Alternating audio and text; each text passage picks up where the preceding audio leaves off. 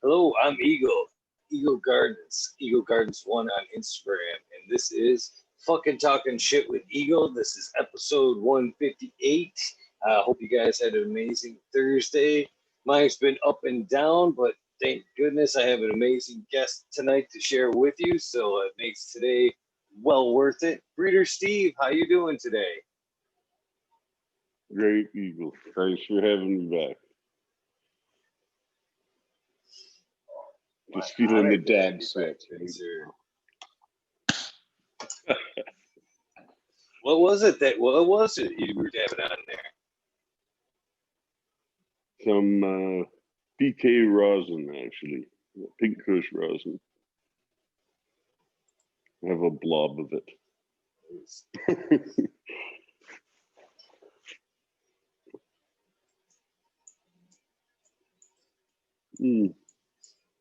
Something tells me there's no shortage of good material there. Managed to make it through somehow. For sure. Get high with a little help from my friends. And more than a little homegrown. It helps. Yes. What are you puffing today? So I am puffing on some Pine Valleys from Ocean Grown Seeds. What's it called? Pretty nice strain. Kind of got like a maple syrup kind of flavor to it. What's it called? Nice. Pine Valleys. Pine Valleys? Pine Valley. Hey, Yes, you're not sounding too good. Yes, your audio is pretty rough. Yeah. Pauses. Is that any better? Not much. A little better on that end? No. Can you hear me clearly? You're garbled up like you're coming over a CB radio or something.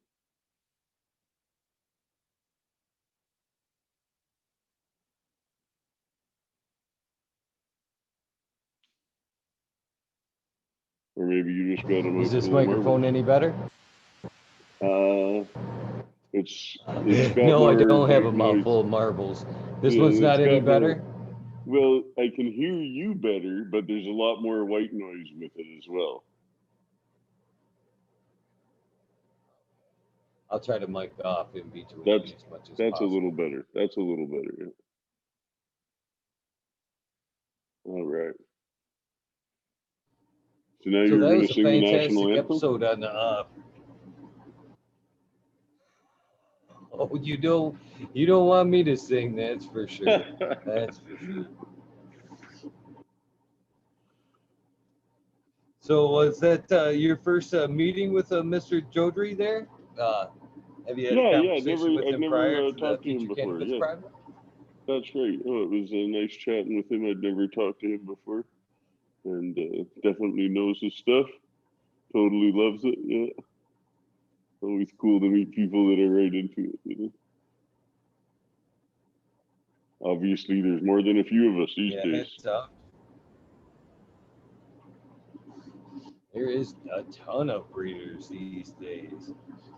Which awesome. Kind of brings me to a question I was going to save for later on. How do you feel about some of these breeders working with some of your gear? What's your thoughts on that? I've always loved to see people working with my gear. I hate to see them stepping on the names. That's the only thing. Because if you take a seed that I call something and you call your seed the same thing, you might know the difference, and maybe the guy you give it to knows there's some difference, but overall it screws it up because people get confused. They don't get the same version. When you make seeds of somebody else's, they're still your seeds. It's cool to put in brackets, you know, this is my version of Sweet 2-3 or something, but call it Dente Dolce or whatever, you know what I mean? I've always said that. I've said, if they're your seeds, they should have your name on them. I don't care if you put in brackets, this is made with this. And by all means, you know, use the seed for whatever you want. Make as many as you want, cross them however you want. Be my guest. I'm totally always thrilled to see the work downstream. That always makes me so happy to see, you know, the different lines that have gone off, and people share stuff with me from around the world that they've been breeding with those seeds for many generations themselves, even if they're inbred or whatever. That's cool. I love to see it, you know. I just it bothers me when people use the same names to sell the seeds, because, you know, A, they're different seeds, and B, if yours are a problem, say they're Hermy, like there were some guys selling sweet skunk seeds. They were Hermy. So people would get them and go, hey, you know, I tried some of that sweet skunk, but it was all Hermy. It's like, well, where did you get, I haven't sold those seeds in fucking ages, and they weren't all Hermy, you know? And it was a cutting really that was shared that one. So if people feminize autos of it and call them the same name, if they called them something else, I would give a shit. But if they call them the same name, and then people find Hermes out of those, then they go, oh, sweet skunks are Hermes, piece of shit, blah, blah, blah. And you're like, you guys are stepping on my shit, baby. You know, like, have some respect. It's there for you to use, but be original. You know, all you can do is be original, you know? So I didn't, you know, cut my teeth selling knockoffs everybody's seeds either. I always like come up with something new, you know, make something new, put your stamp on it, you know. So that's just respect. If you want to credit the breeders, and I really always tried to credit, to the best of my knowledge, the parents that went in on both sides, you know, because I like to give credit where credit's due. I don't expect people to do that, to use this stuff, but if they do, that's super cool. You know, I love to see that. Just use your own names to sell them, you know? Don't call your seeds the same name, because even if the first guy that buys it knows, oh, I didn't get those from a Spice of Life, but they came from wherever, they don't mark that on the baggies that go out, you know? So if the guys that get going, shit, this is a Herbie bud, I got some seeds in it, it's garbage, and you're like, fuck, that wasn't the seed I sold, you know? That's all. To me, it's just a little show of respect if you can credit what you use without stepping on it, you know? Is that fair?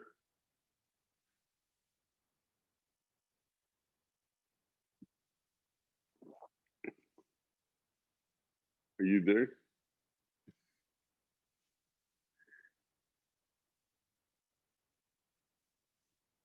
Yeah, that's completely fair.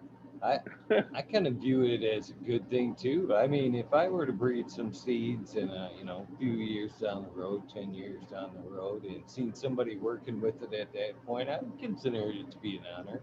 I think it'd be like an homage to the strain almost, that, you know, it's still out there kicking, and people think it's still kick ass, so kick ass they're breeding with it. So I can Yeah, see no, that. that's what I think too. I love seeing that clones or seeds I put out 25 years ago are still making the rounds in this day and age. And there's people that never stopped growing them for 20 years, 25 years. And they say, I've had this since I got it from you in 95 or whatever, 96.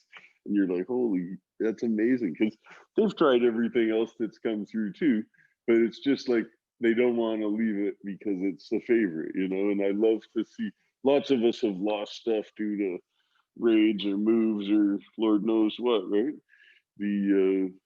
But when you get enough out there, there's, you know, surely from, you know, 1,000 growers, 10 of them will manage to keep it, right? So it's just a numbers game in that way. The more you put out of something, if it stands the test of time, that's great. But if you do really limited release of something, the chance of it being around in 20 years are a lot less. You know, if you put out a whack of it, it shows up in everything down the road. Like lots of things, sweet tooth, shishkaberry, blockhead, sweet skunk, grapefruits, they've got crossed into tons of things over the years, you know, like there's tons of stuff downstream from those. I mean, there's lots of people upstream for me, millennia of them, and that's the whole point. Is you're all a link in this chain, and it's basically been a verbal tradition for a long time because it has been, so persecuted to grow, and still is in most of the world. It's a huge ordeal for people. They're getting death sentences for having a kilo of brickweed in Singapore and shit. Like, it's most of the world, it's a real issue. So if you're growing and saving seeds and that, you're only getting the word of mouth from whoever gave you the seeds, because you didn't go and necessarily order them online or anything. It's just a traditional herb that grows in the hills, and it came from this other valley or whatever.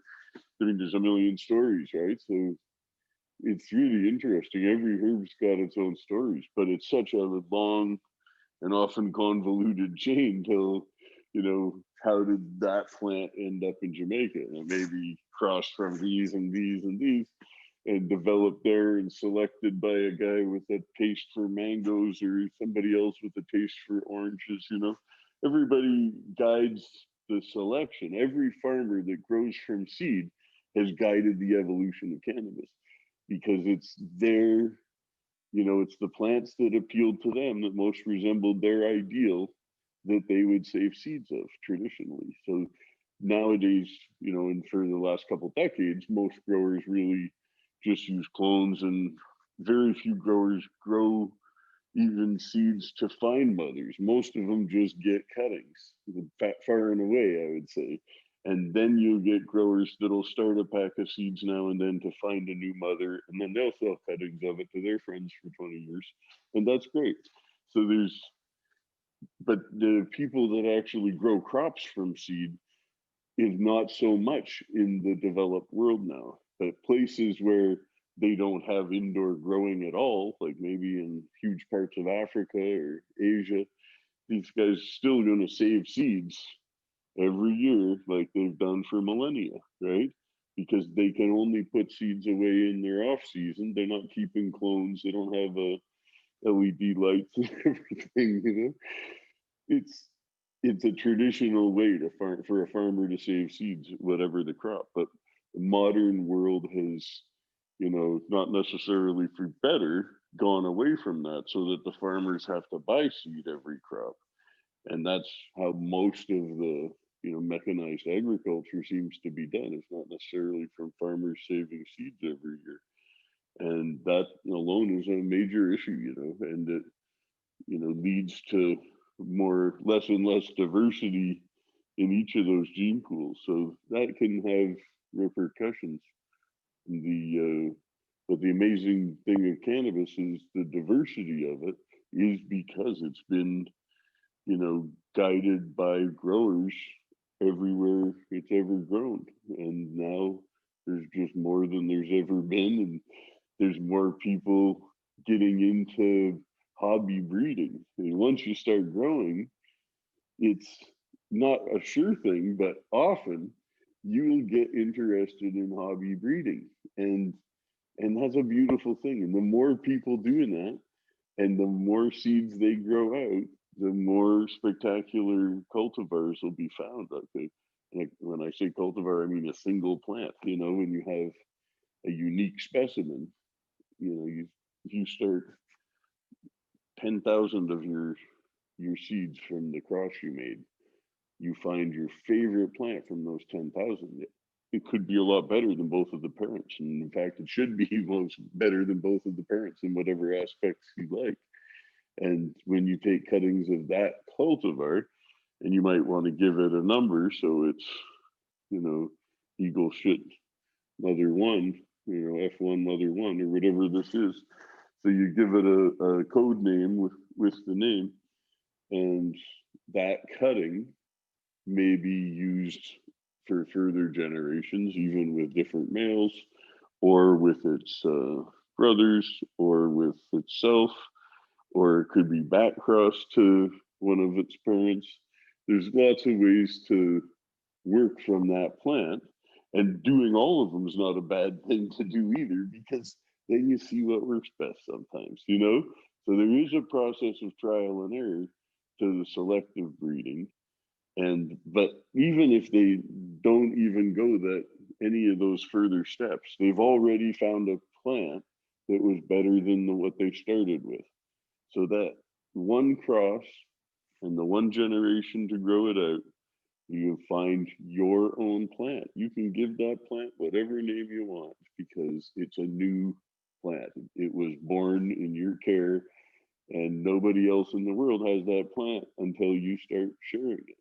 So once you find one you really love, and you've got some great examples of it, and your friends will all want some, and you will give them some and say, take this cutting. I want to see this weed wherever I go in the world. So give it to 10 friends if you can. I'll give you one, So I would give friends, half a dozen each so they could start a few months and say, just keep giving them to people and tell the people you give it to keep giving it to them. That's why 25 years later, that's still all over BC, if for those in the know at least. It's fantastically delicious, and it's no matter what you put it up against, that old sweet skunk cutting is just perfume. I put it blind in lineups of popular, even other long flowering ones, and give people jars to smell. Everybody, if there's sweet skunk on the table, everybody will go to that jar. Not if they're unlabeled, just here, which of these jars on the table smell best to you? Everybody likes that jar best, against anything. It's just a hoot for, I'm not saying it's the best weed in the world, but it just has a compelling aroma that just draws people to it. And it's fun when you light it up even outside if you're at an event where people are puffing, because everybody will look to see where that particular smell is coming from, because it's just unique amongst the plants. It's pretty neat. I have a fun, plants are unique. You have lots of different ones, but that one is just always stuck with me, And luckily, because I didn't even keep it for myself for maybe 10 years or something, but it was just out in the world. And whenever I needed some, I could always get a few cuttings. A friend said, hey, I really want you to get me some of that sweet skunk cuttings. I said, okay, I've still got 10, 20 friends that grow it, so I'll just get you some. But I don't keep a light. I haven't had a light for my personal or commercial really since 2002, since I've really grown bud under lights for that. Although in the last spring, summer, I have got a couple lights going at the farm down south to get a couple of seed rooms going. So now that I'm starting to do a little bit more that way, it's time to have some more lights and rooms for that. But for growing bud to have or bud to use for medicine or to, make extracts and that, I really just love growing it outside. The less infrastructure, the better. I even am happy to dry farm it, plant it from seed. And when you plant from cuttings, you have to irrigate that field. Because the cuttings, they're already kind of circling in the roots, and they're not the same as a seed that puts down a taproot, because they're putting out a bunch of lateral roots at the beginning, and they don't do a deep taproot the way a seed does. So because of that, I've done lots of side by side now on dry farming from seed beside irrigation lines with clones. And it's uncanny, The irrigation line will give me a bit more per plant than the dry farm, depending on the rainfall during the cropping season, because those fields I grow 12 months a year.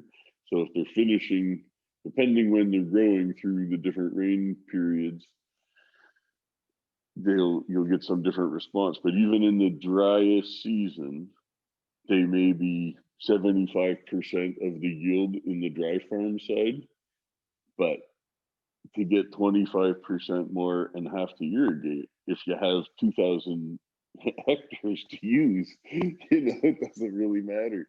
You just 25% more is a lot more. But for the fact that I could plant fields without installing irrigation, that's pretty drastic. I have some irrigated fields anyway, but I'm happy to go ahead and plant more fields even that aren't irrigated, just because I know from tests I've done beside them, the seed crops will finish the plants from seed in the production scenario. They just won't bulk up as much unless they're getting equal. If they're getting rain that's enough, the yield's no different between the dry farms and the irrigated side, because they're growing through a period where there's more rainfall, maybe every other day or every night for a little while. Whereas in the dry season, you might go a week, 10 days with no rain, and it's 42 every day Celsius, which is hot. So the ground will bake dry, but if you're planting from seed and you use enough seed, especially, you shade the earth so the earth doesn't dry out as fast because the sun's not baking it. And because you crowd the seed, you get no branches on them. So if you want to move to mechanical harvesting, you can get a combine just like the grain crop that it is. And I'm really making that move, trying to shift from horticulture or hybrid horticulture agriculture really to mechanized agriculture. So I'm more interested in sowing a field from seed and then just leaving it like a field of corn. I'm not going out there to work on the field spraying it or really doing anything to the field after running down it with a seed drill. And that can be on top of just the mown grass in the field and leave a living layer there. It's when I look at running drip lines and putting even living mulch, and having the care that goes into rows by humans, which is maybe 17 to 20 people per hectare, which is a lot of people, to hand look after plants and go through and sucker them or, take out dead leaves. It's just a lot of work on them with branchy plants. So I find branchy plants to be so much work compared to just spears, where you just have spears like your standard hemp crop that's tight spacing, maybe 15 centimeter spacing or 9 per square foot. If you put 9 feminized seeds per square foot, you've got pogo stick for acres, just pole after pole bud, and there's no branches on them. So when you put them into, if you're stripping them down like we do to use for extracts, we put them through those mother bucker type machines where they you feed the stalk in at the base and it strips off the flower. Those don't work if there's any side branching on the branches that you stick in there. They clog up if you've got any side branching. So you have to put in pretty straight pieces. And if you just grow spears, that's all you've got, and we're not getting paid to grow the wood. We're not really hemp farmers. We're trying to get medicine out of the flowers. So really, we want flower tops, and I don't need them 10 feet tall with 8 foot of cane and 2 feet of flower. I just need 2 feet of flower. Just give me those poles and we'll take that. It's okay if they've got a little stick. If they're 3 feet high with 2 feet of flower, I can live with that. But whenever I see gardens with a long wood underneath, I always just think you're not getting paid for the months you grew that wood. You're only getting paid for the canopy.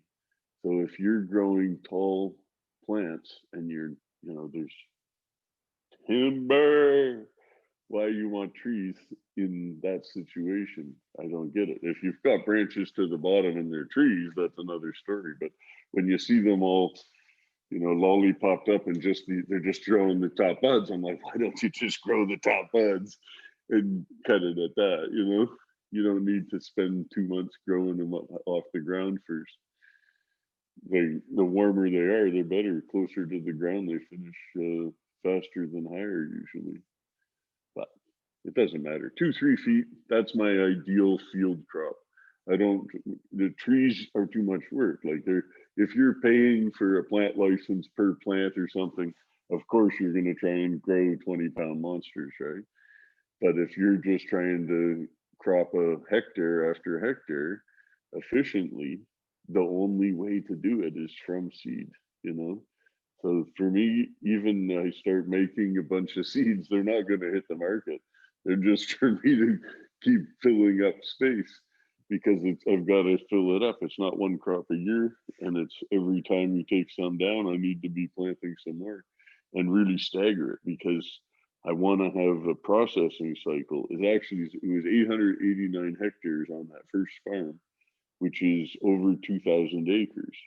So to cycle through that, it's almost better for me to have a crop that takes 6 months rather than one that takes 6 weeks.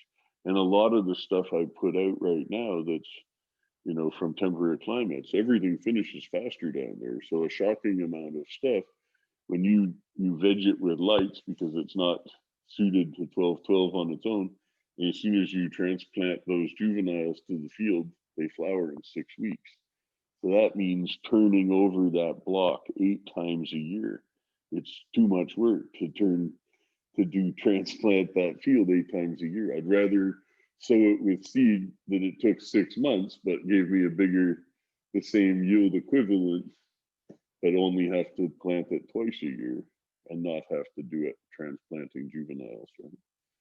So moving the THC production to hemp style production, as far as extract, is fine. If you want to have a finished flower market, you've got to handle the flower a little different.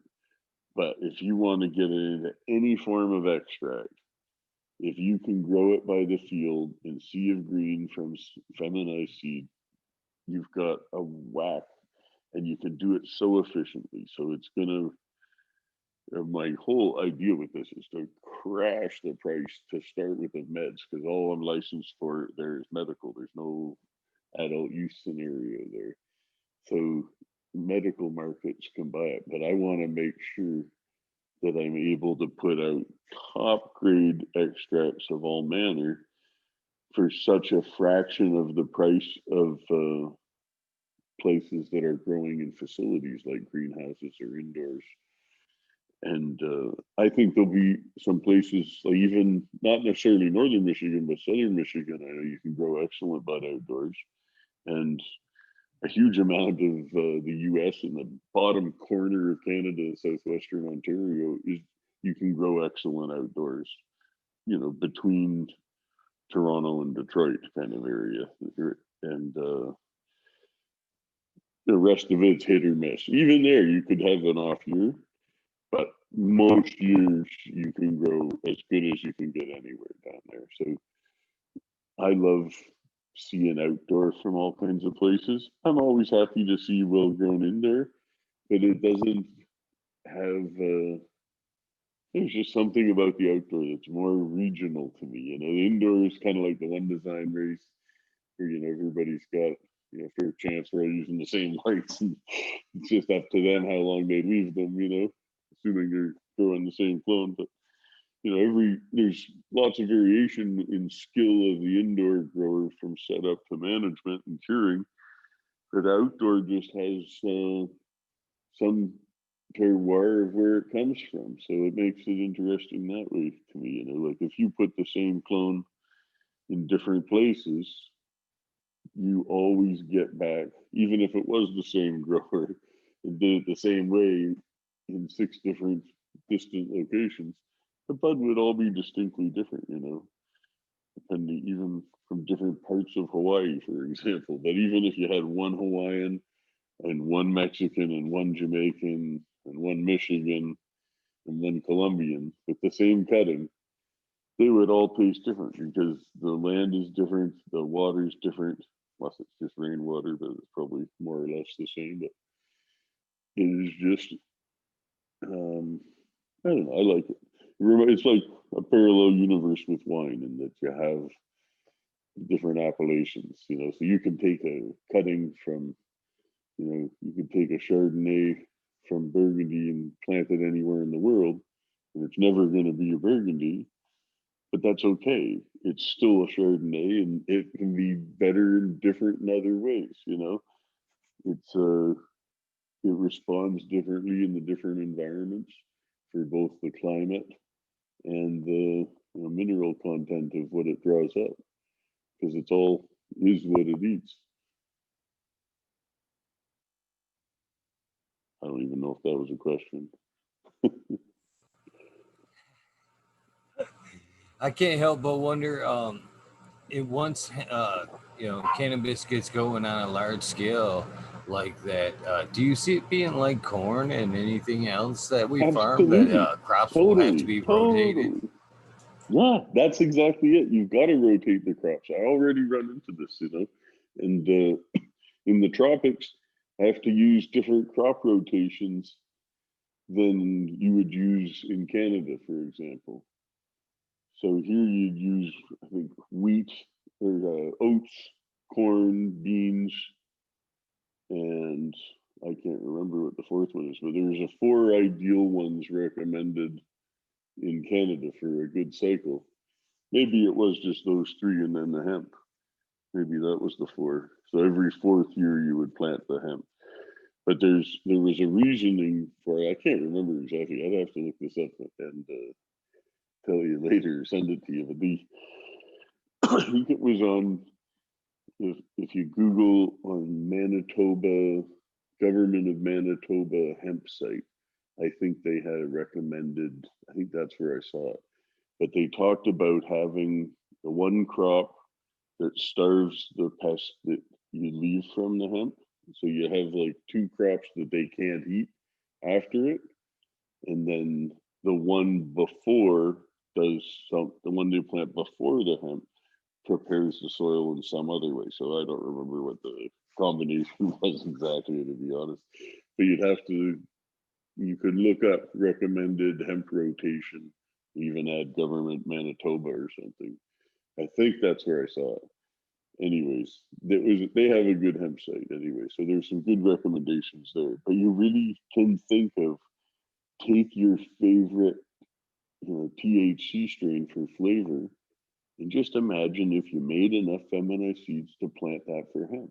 A lot of people think, oh, it'll suck because it's outdoors. It's not true. If the genetics really good, it will still kick ass outdoors, as long as you're growing somewhere with a decent season. If you're pushing your luck on the season, pretty much for me, that's anything over 45 degrees. Even if you're 45 degrees latitude and not super high up or anything, then you're pretty good to go in a lot of places. The latitude makes a big difference, but so does altitude, because you can be right at the equator, but if you're at 2,500 meters up, it's cold and wet all the time, so it doesn't matter that you're down at the equator.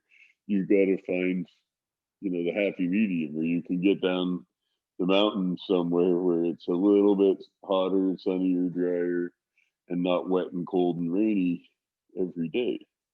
So there's no perfect place for all stuff. But to me, for running trials of everything I can against everything I can find, is a field close to the equator that's mostly dry in a hot zone. Because in a hot zone, I don't get mildew. I have other problems, but it's too hot for mildew. So it's great to be somewhere you don't have mildew. You trade that in for having other problems, right? Like pseudocercospora and these other leaf maladies. But there's problems everywhere. But as you work your way through them, you tend to find what helps as far as your practices, but B, what cultivars you have that are the most resistant, and by trying high numbers, especially from seed, you'll find the most resistant plants to your local maladies, right? So it's really key always to acclimatize. You can't expect to take all your European and Canadian and American hemp down to the tropics and have it all work. It's 12 hours all year round, give or take a few minutes. So you don't have long days in the summer for those plants to get big. They flower as soon as they go outside. I've literally seen, because I've just tried some for the shits and giggles, but 6-inch plants. They were a popsicle bud. They weren't even a pogo stick, maybe. Maybe a pogo stick.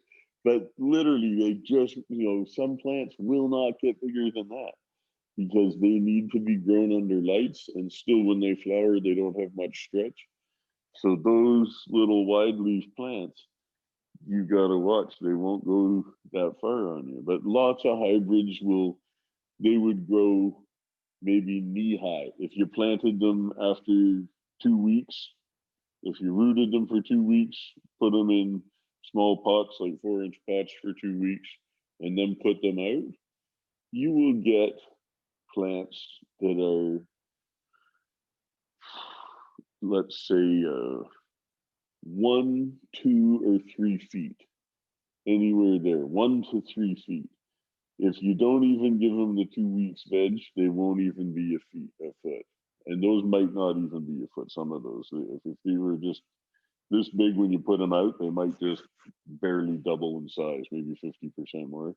And I've tried them, and I don't mind that, because all I need to do is populate a field from seed and then send, as long as I've got the cuttings already. So what I'll often have done is started the seeds, taken 2 cuttings from each one to put out for the test plant. So I've still even got the original plant in the library, and I've just put out 2 cuttings off it to see how they behave. And I'll put out a whole whack of those. All I need to do is send 2 grams. You have to send 2 samples, one for backup, but 2 1-gram samples off to the labs. And once you get back analysis on those, then you have a better idea which ones you need to keep. And then you can clear out the ones that didn't make the grade, which is always 99%. You have to be ruthless, right? So you want to pick your best few from a high number, and for a couple different reasons. You might find one that has the chemo type you want, with the highest potency of whichever cannabinoid or the best ratios that you're looking for. But if you find another plant that's absolutely resistant to fungal infections, you might say, geez, those plants were, bulletproof no matter what. We're working that back into the mix. They didn't have exactly the numbers we wanted, but they had this other trait that's super important. And so another trait that I've been, has been a requisite for my program the last couple of years for the field farming endeavor is erect plants. I love finding plants that are delicious and smell great, and I'll keep those no matter what, but I'm not doing as much with those because I need to focus on plants that stand up straight and they just grow into one pole bud, and the wind won't knock them over, whether it's a tornado going through or whatever, that they're just sturdy ass plants that don't bend in the wind. So I've really worked some neat lines like this where I've got some that are absolutely sturdy, so they don't require staking, because there's no way I can go out and stake these plants, right? So you want plants that will stand up on their own. I consider that a virtue in this program, for what I'm trying to do. So that's a major feature. And the other things that I've seen is if they're erect, they're resistant to fungus. And the coolest thing that I found in a couple lines was absolute, well, let's say 99.9% mite resistance. So rows of different plants around them would be getting hit by mites, which you never see outdoors up here. Mites are a non-issue in Canada outdoors generally. That hasn't been a big thing. For indoor growers, it's a big problem, but outdoor growing, it's never really been a big thing up here. Unless if you take a plant from indoors covered in mites and put it outside, they don't necessarily go away, but they will get eventually, cut down by predators. But overall in the tropics, it never freezes, so there's no winter where they die off every year. In Vancouver, obviously they don't get much freezing either, so the mites never really go away there. But outside, it's just not their bag. It's a cooler climate, and the predators thrive in the cooler climates because they're hunting, and the sapsuckers thrive in the hot, dry climates because they're sweating, and the more they transpire, the more sap they're sucking, right? That's how they go, and the faster they reproduce because they're surrounded by food and thriving. So when the temperatures are really hot and dry, like I get in the tropics in the dry season, I get mites outside like you wouldn't believe. And that's a butt ugly thing when you've got a field of weed and you start seeing mites starting to nest up on them. Like, no, I've never, it's been a few years since I first saw it. And obviously we're prepared for them if we're trying to knock them down. But in selection crops, I tell my guys, don't spray anything, like not the hot pepper spray. We make our own bio spray to keep plants clean and veg and everything. For the greenhouse and juvenile areas, but for a selection crop, I just say just leave them. Don't touch them. I want to see often the sweetest plant in the lot. The mites go directly to it. So I find more often than not is my favorite flavored plants is the mites' favorite. They'll go to it first. They've got good taste. Whereas I'll find other plants that they just don't like. They can be on plants that are touching them and they'll just be eating this other type right beside them. And then they'll leave these ones alone. And they're so rare to find plants like that that mites won't eat. So because I've got two lines like that now, and they're both erect plants and they're both over 30% THC, but I haven't had the terps studied on them yet. So I've got to check those out because it's got to be terps. But I just don't know which ones are repelling them. Some people had sent me some suggestions and saying, oh, these terps have been found to repel mites, so those plants probably have that. And that's probably true. I just can't remember what they were. That was not this year, it was last year. But I have to get those analyzed because that makes all the difference in the world. If you can have plants that don't have a problem with fungus, those ones were so tight that though you'd think tight buds won't do well in the tropics, and there's a good reason for that. Lots of them won't, and especially the ones that are fluffier, like that have the cotton ball kind of chunky fluffy buds. They're not rock hard, but they're big fat fluffy things, like sweet tooth, exactly like sweet tooth threes. Those, they're terrible down there because they're just like a sponge for the rain and they don't dry out quickly.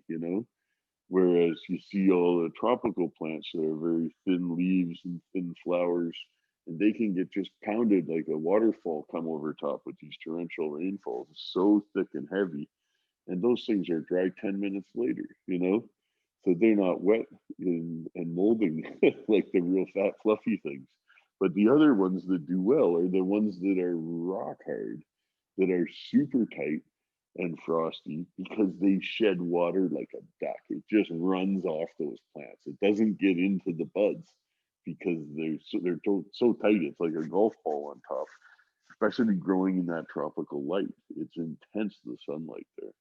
So the bud out of the fields, and any personal outdoor we do around there, because everybody's allowed 20 plants there, which is one of the reasons I was happy to invest my time and direct the project there, because I didn't want to do it where people are forced to buy from companies that the government approves that are gouging people for it. I didn't want to have that captive audience like they were trying to do in Canada at the time with the MMPR. That really turned me off. I said, if they won't let people grow their own, it's like forcing them to go out for dinner instead of cook at home. It's like just stupid. So let's be realistic about this. There's no reason people can't grow their own. That's just a no-brainer for me. And Colombia had put this in their constitution long ago, about 20 plants per household, and it was worded kind of vaguely. So a lot of people interpret it as 20 plants a person. So for each adult, they'll have 20 plants. So a couple with 40 plants in a greenhouse, they're not running out of weed anytime soon. So there's lots of people that take advantage of that in Colombia. But I have seen people that, particularly poor people in the hills, where the army or police did come through and chop down their plants, like just really unfair. But sure, if you've got a big, compound and a private yard and everything, nobody's ever gonna mess with your 20 plants. You're allowed to have them by law. But they know the poor people, if they're in an area where they're not, which is a lot of the places isn't very enlightened about cannabis, so they're maybe devout Catholics and the Pope told them to chop down all the weed or whatever, and they just think they have to do it, and they don't care what the law says. They may not even realize that somebody that's what the law says. Their boss just says, "Hey, you got to go chop down plants today," you know. So it's pretty hairy, but at least there people are allowed 20 plants in theory and usually in practice, and it's just a bit more laid back. They don't have any stores, so there's nowhere people can go like openly buy it. Obviously, there's places selling it under the counter or whatever, you know, like anywhere else it's illegal. There's places to get it, but a lot of people are able to take advantage of the fact that they can grow their own. So it's awesome to see. And there's a lot of fantastic growers down there. I know here in Michigan we get our recreational 12.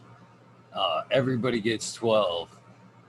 Then they've kind of made it nice enough to like, what's the difference between like say 12 and 24 over here? I mean, if you're a little bossy, I mean, just saying, it's a misdemeanor or $250 fine. So I think they're kind of incentivizing it a little bit. Yeah, I almost that's think. better than none, right? In Canada, it's different by the provinces, but in BC, where I am, you're allowed 4 plants as long as your neighbors can't see them. And if your neighbors can see them and they complain, you can get like a $1,500 fine. And if you have over 12 plants, they can give you 6 months or something. So it's still stupid as fuck. And I mean, I can't narrow down 36 flavors I want to grow. You know, give me a break. I want to, and let alone if I want to just rub hash from it all and then press it into bricks and heat my house with it. Is that your really problem? You know, like really, what do you care if I want to heat my house with her? You know, just give it up. If you want it, I mean, I don't even agree with limiting people that want to sell it at the farmer's market or at the end of the driveway. I could care less. But for my personal use, if I want to go grow 10 acres of weed this summer, so I have enough full melt, dry sift, electrostatic, you know, total perfect heads from 100 different flavors, so I can fill up a couple of deep freezers and never have to do it again. That should be legal. I mean, who cares? Right? If I just want to have a field just so I can go out and run up and down the rows and slap it, I should be able to. I mean, really, it doesn't hurt anybody if you plant grass. The more grass we all plant, the more beautiful the place looks, you know?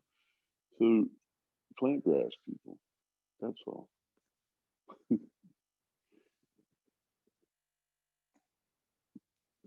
I agree. I agree. It is a beautiful plant. For one, I mean, the flowers on the plant are just amazingly beautiful, and I can't believe there are people that just can't stand the smell. I can't imagine it myself. Me myself, I would love to live right next to a few Yeah, hectares of yeah, land that you are love just it or it's covered a in love it or hate flower. it smell for people. But you know what? When you have the super candy ones, nobody complains. When it smells like a lollipop factory, not a skunk factory, people love that shit. You know, people come by and go, "What are you? Did you put something in your dryer? It's so fruity," you know.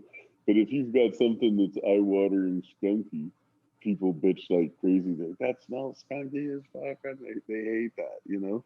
I think you're gonna see. Well, there's always gonna be people that like those flavors and the astringency of those aromas and that, and they have a different effect.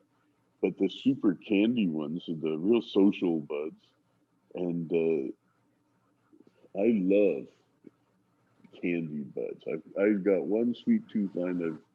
I've kept a bunch of different sweet tooth lines, of course, but my favorite ones have a super fruit to them. They're just the one that I'm thinking of that I was last enjoying. I thought it smelled like where the grape lollipops were born.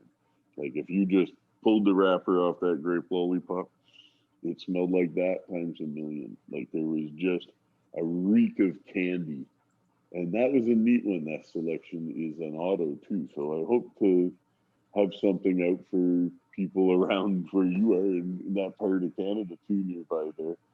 Anybody, in the 45 to 50 latitude, really, that's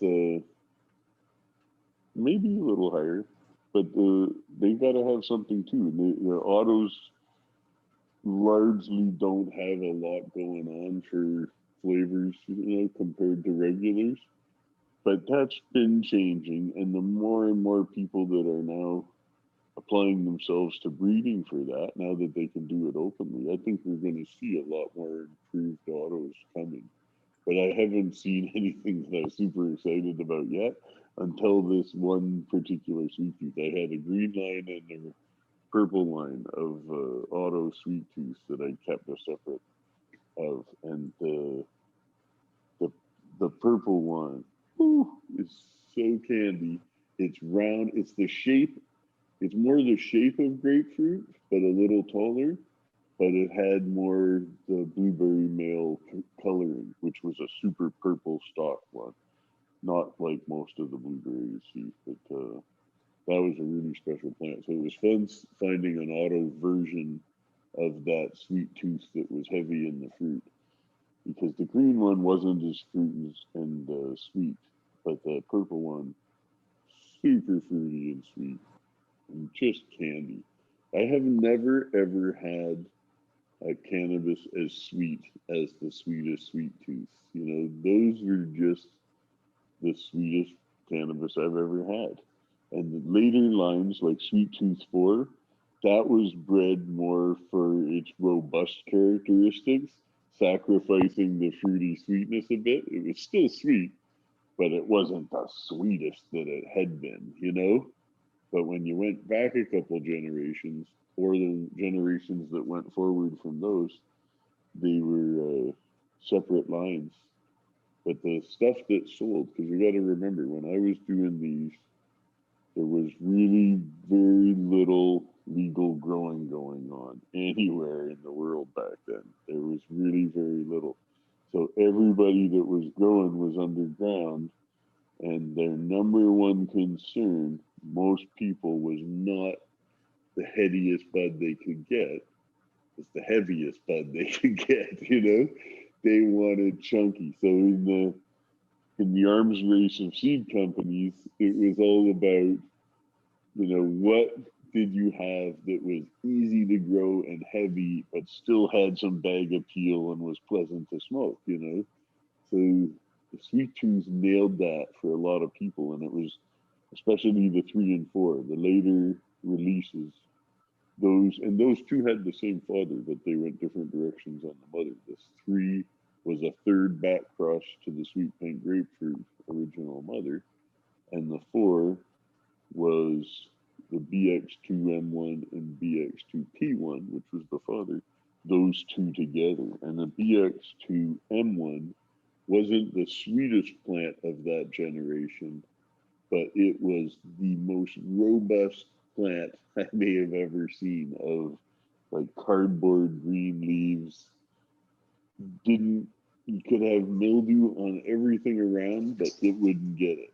You know, it was just a bulletproof plant. So it was like, I have to make, the point of the back crossing was to get a third back cross of grapefruit and have a Sweet Tooth 3 represent really the best example I could make of grapefruit seeds, because that was a clone only. And I wanted to, and it was easy to use a purple stalk blueberry to cross away from in the pursuit of getting that grapefruit, because you could tell if the males were more blueberry or grapefruit, right? So the more you crossed it back, the more grapefruit you'd find, but you'd be always looking for a male that seemed the most like a grapefruit. So, and it didn't have purple stems; it had striated green and red ones. So it would be very distinctive difference just picking them out by the stalks and rubbing the stalks in the smell.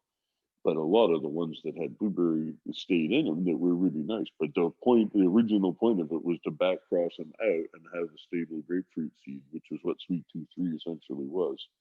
But the Sweet Tooth 4 just went a little bit differently, and the mother, they were sisters, but the mother and father were the identical plant. They were just dark green, and the leaves were thick like cardboard.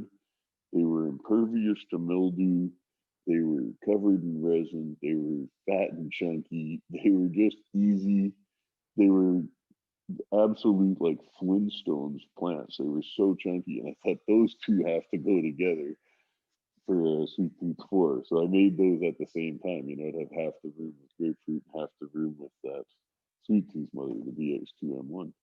So I see growers still, especially from these guys in France. There's two growers keep sending me pictures of the Sweet Tooth 4, and they have been growing it for the last 19 years, and they about 19 years, I think it was 2001, I think, and they've been growing it, and they've crossed it with everything.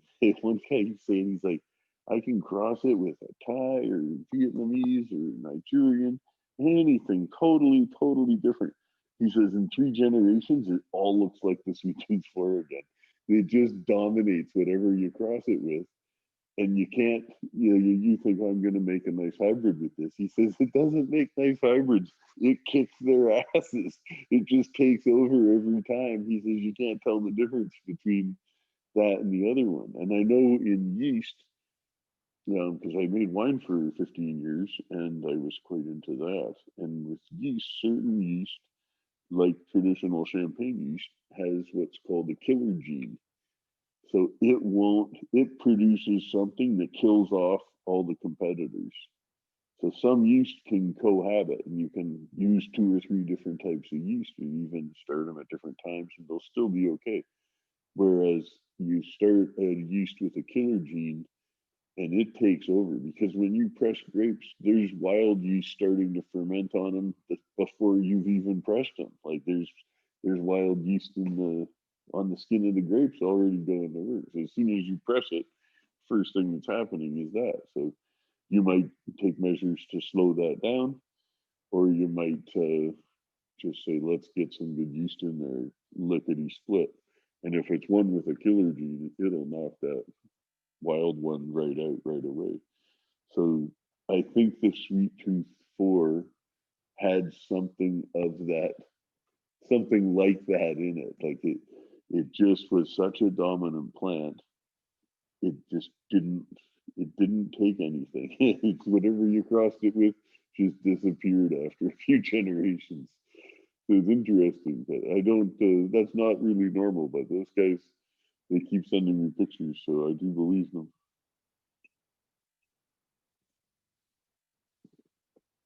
This is really talking shit, isn't it? I'm just talking shit. That's the idea, right?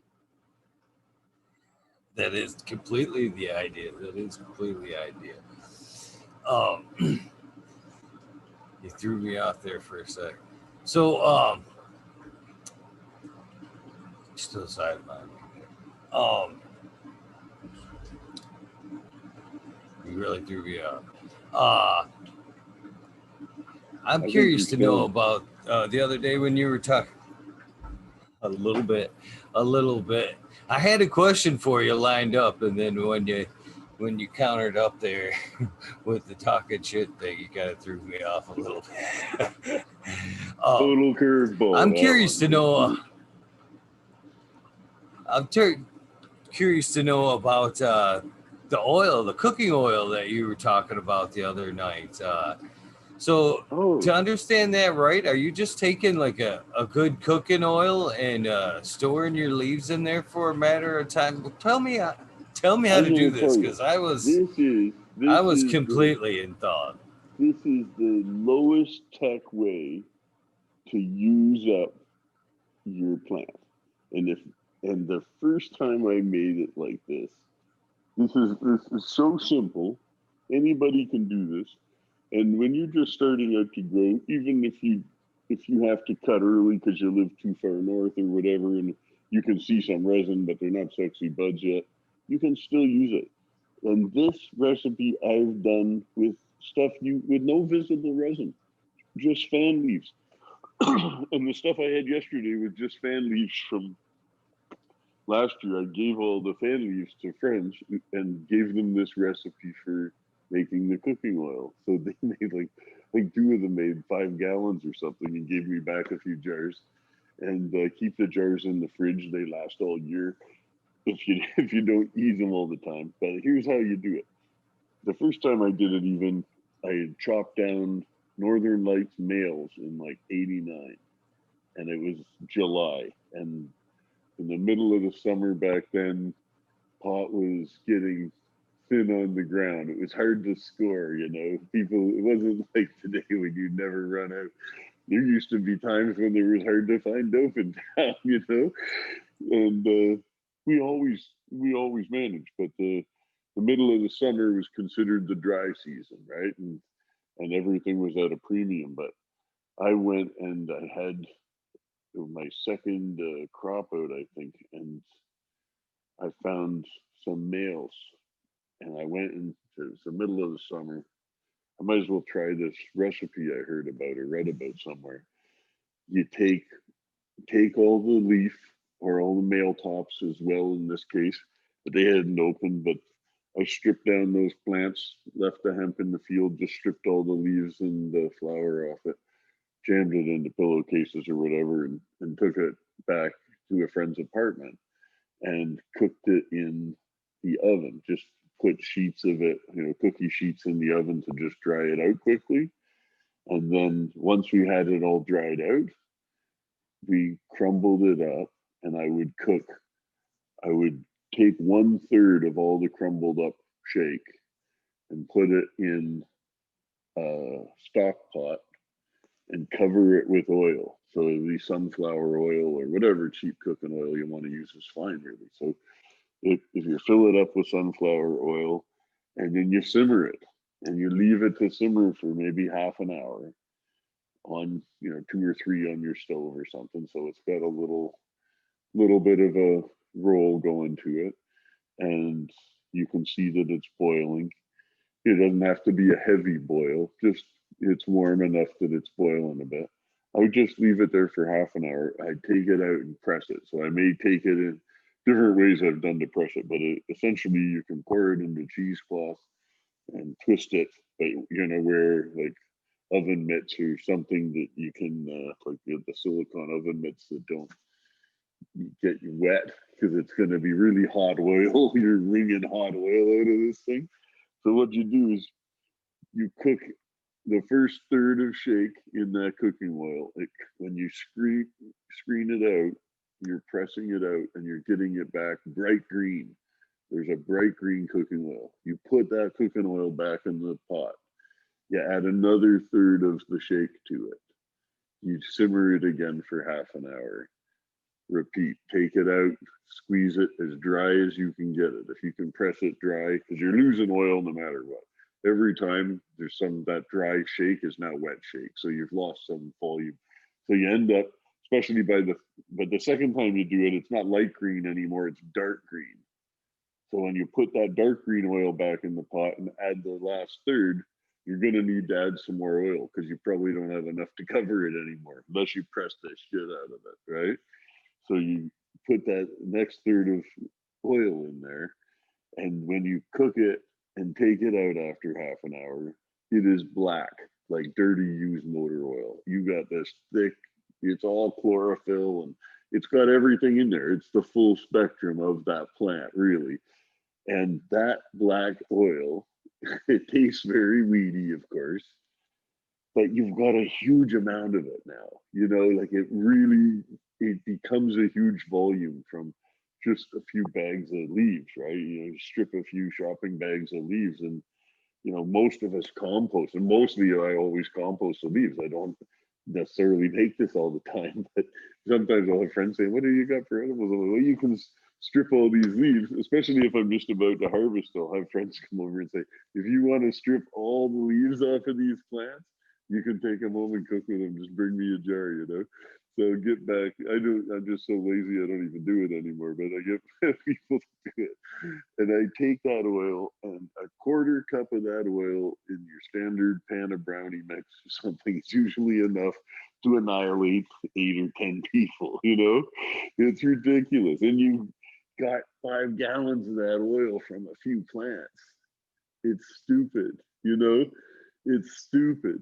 So the other morning when I was all ripped, I was just coming back for that last show. I actually I had the exact same batch of those fried potatoes because I made a bunch of them a week ago or whenever that was, Saturday. I made those on a cookie sheet and I sliced up potatoes and I put maybe a quarter cup oil down on a cookie sheet. And I sliced up potatoes like fat potato chips, kind of a little bit fatter. But if you leave them long enough cooking, they become like potato chips. But I would put them down on the oil and then I put a little bit more, drizzled it on top. So they were quite oily. Like there was a fair bit of oil in the cookie sheet, more than you'd normally like if you just shift potatoes in oil and then put them on the cookie sheet, right? So I had them like swimming in green oil, these potatoes, and put them in the oven 425. I think I did them about 15 minutes on both sides, and they were just crispy and delicious and green. And sometimes I'll make them savory, add some rosemary in the mix or some garlic and or rosemary and garlic, and then you have these seasoned potatoes. They're just delicious. But if you ate the first day, I ate like I would say a third of the pan, and I was tripping balls. About 2 hours later, I remember I went to work on my laptop in bed or something after I my brunch there, and then I remember going, "Holy shit!" I'm thinking I haven't had a puff in a while, and just when you start thinking that, you're like, "I know I haven't had a puff in a while. I'm ripped." And then you realize I'm really ripped, and you're thinking, I got a call at 3 o'clock. I hope I can speak by then. I am tripping balls. But then, an hour or two fades out a bit and you level out. But this morning I got there, not quite that ripped, but I'd put away the leftovers in that bowl. And then every day when I've been making my breakfast, I just take out, 3 or 4 of those wedges, not 12, and just eat the potatoes like. And so I've had a good managed buzz on them all week, and then today I was like, oh, I'm just gonna finish them up this morning. Finished them up, and like under an hour later, because it was all the thing I'd had was coffee before that. So as soon as they hit my stomach, they were just in there. I was ripped off potatoes this morning at with 30 minutes of eating them. They were totally hitting me like, okay, there they are. And I was getting down to my morning of work. I try and work in the morning for a few hours on correspondences or whatever I got to do online. And I was quite ripped for a bunch of it. And I was like, hope this doesn't keep going because I have some important calls today. But it just leveled out. It got right to that spot where it was like any higher and it's going to be debilitating. And I'm like, but this is just perfectly high to work. So I was in the zone this morning and got a lot of work done, but I was totally in the zone. And then I had a big board of directors meeting later in the afternoon. So after I think I worked till like 2 and I had the call 4 to 6. So I managed from 2 o'clock to 4 o'clock. I just rolled a fat joint and went and floated around the pool and just blissed out in the sunshine for pretty much the last week of summer around here. So I hate to miss even an hour of it. I like the edibles. It's nice to hear that they didn't slow down any in the few days. It seemed like most people, it gives you a little bit of a tolerance, but it's nice to hear that it continued to kick your ass until You know gone. what? Is people you get so high, like you don't get high smoking like you get from edibles, of course. And we've all heard the chemistry behind it, but the hydroxy 11. But I love the buzz of edibles. I've got a good friend. He hates it. He puffs all day, every day. He will not touch a 5 milligram edible. He just hates edibles. He's like, my body processes them too well or something. And like, he trips balls off them. He can't do it. And it's so funny. He's a big guy. He says, my body processes fat too efficiently. So he will not do edibles. And I'm like the 50-50 guy. It's like, I like edibles because even though I still want to puff or vape or dab something, mostly for the flavor and the routine of it. I don't want to chain smoke joints all day long. I would rather just have my, you know, my blood type is THC 50%. So when I smoke, it's 100. But it just keeps you lifted for longer. So every joint lasts so much longer because you're already got a higher baseline, let's say, you know. So I think the edibles in the morning, they keep my baseline up so that every time I have a puff or a dab, it sets me off like 5, you know? It's like, okay, it didn't need to be that high, but I'll be good in 10 minutes, you know? I don't mind. I'm kind of a freak. I have a few friends that are firm believers. One here in Chad, the American one, uh, who seems to think a cookie a day will keep the doctor away. In fact, the American one seems to think it's the recipe for youth for a long time. There, Oh, it is. what You are know your what? I thoughts on agree. that? I cannot disagree, and I couldn't agree more, really. And a lot of people for using medicinal cannabis, especially, um, you know, puffing it has medicinal effect, but not as many medicinal benefits as the oral ingestion of it, because it goes through you differently, you know, and that's why you hear people taking, you know, Rick Simpson oil and stuff like this. And I love that, you know, it cracks me up even that they call it Rick Simpson oil. We used to just call it oil. It's just a green crude oil. I was like, well, now it's Rick Simpson oil, but I don't give a shit. It's beautiful. People are ingesting that like crazy, and you're hearing anecdotally at least a huge amount of positive responses. And I always tell people, you know, I think it's the best study that's got to be done. I believe somebody is doing it somewhere in South America, even on cannabis as a preventative medicine. Like, I mean, why would you want to wait till you've got cancer to start eating cannabis oil every day if taking it every day prevents you getting it in the first place?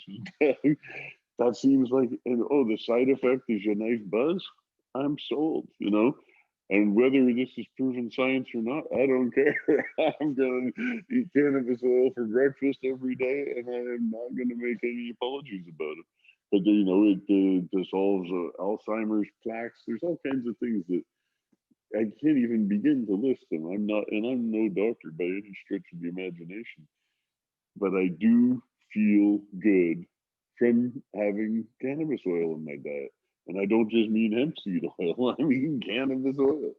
And you can make it with hemp seed oil, and that's fine. The hemp seed oil is fantastic for you. It's really healthy. And the great thing about it, which is like it's made to order, hemp seed oil is one of the highest sources of arachidonic acid. And you know why you want arachidonic acid in it? You don't know, but it breaches the blood-brain barrier. So when you use hemp seed oil to ingest cannabis oil, you get more effect of it because arachidonic acid carries it through your system more efficiently than any other carrier oil. So it's great to use hemp seed oil. If you're making an extract oil and wanting to dissolve it in something, you can do, you know, whatever you want. It'll work in any of it, but it'll work best in hemp seed oil. And other than that, you'll hear people using some lecithin for it in MCT. But I think the arachidonic acid in hemp seed oil just makes it a nice combination. It's all cannabis. Yeah, it makes it perfect sense to mate it up with the hemp, the cannabis with the hemp for a carrier oil. That's right. It's all cannabis. You know, I know they're different types of cannabis, but they're It's cannabis. all You know, cannabis. Well, it's all cannabis. You know, and there's no reason for hemp to be 0.3%. Like if you they say, well, it's not bred to be strong. It's like, yeah, but they can't.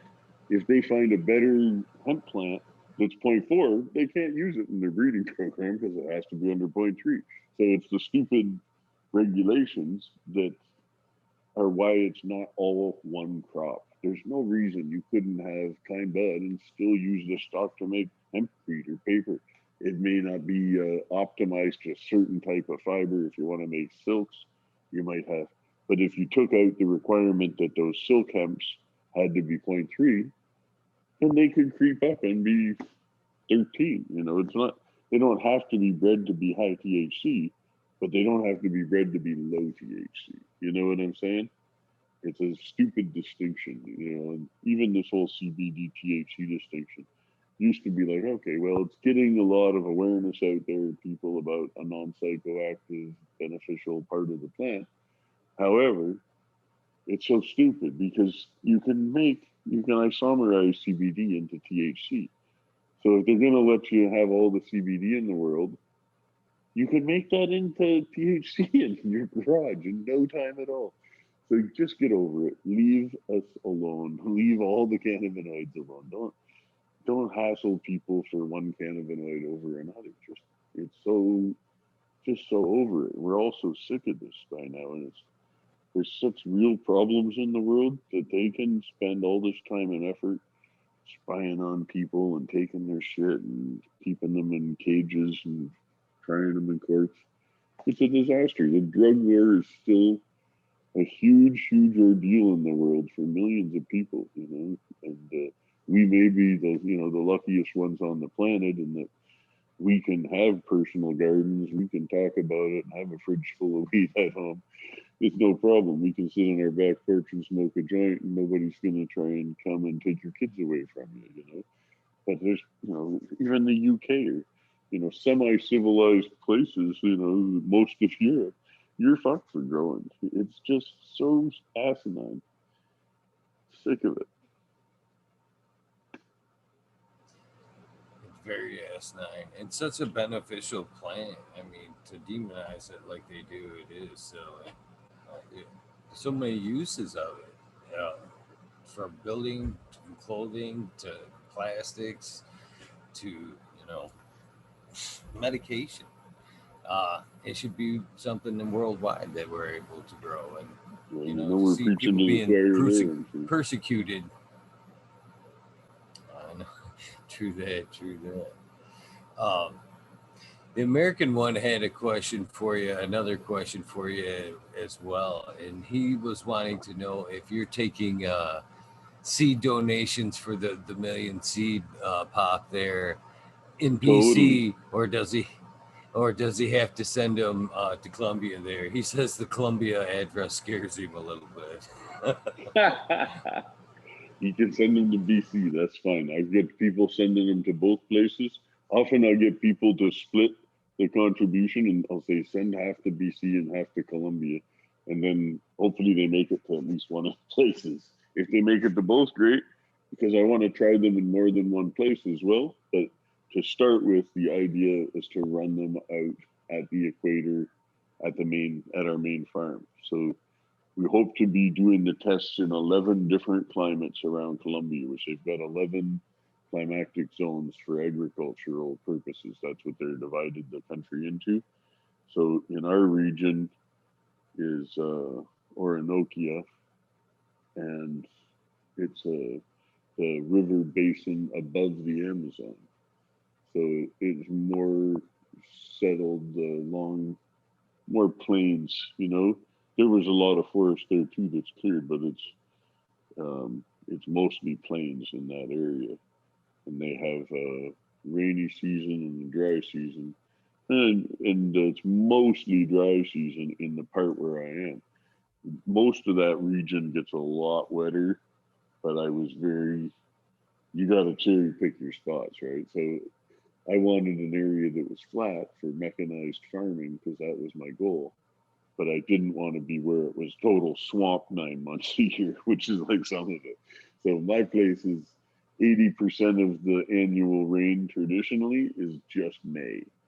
So that's most of your yearly rain is in May. But we get some in the shoulder season, the month before and after.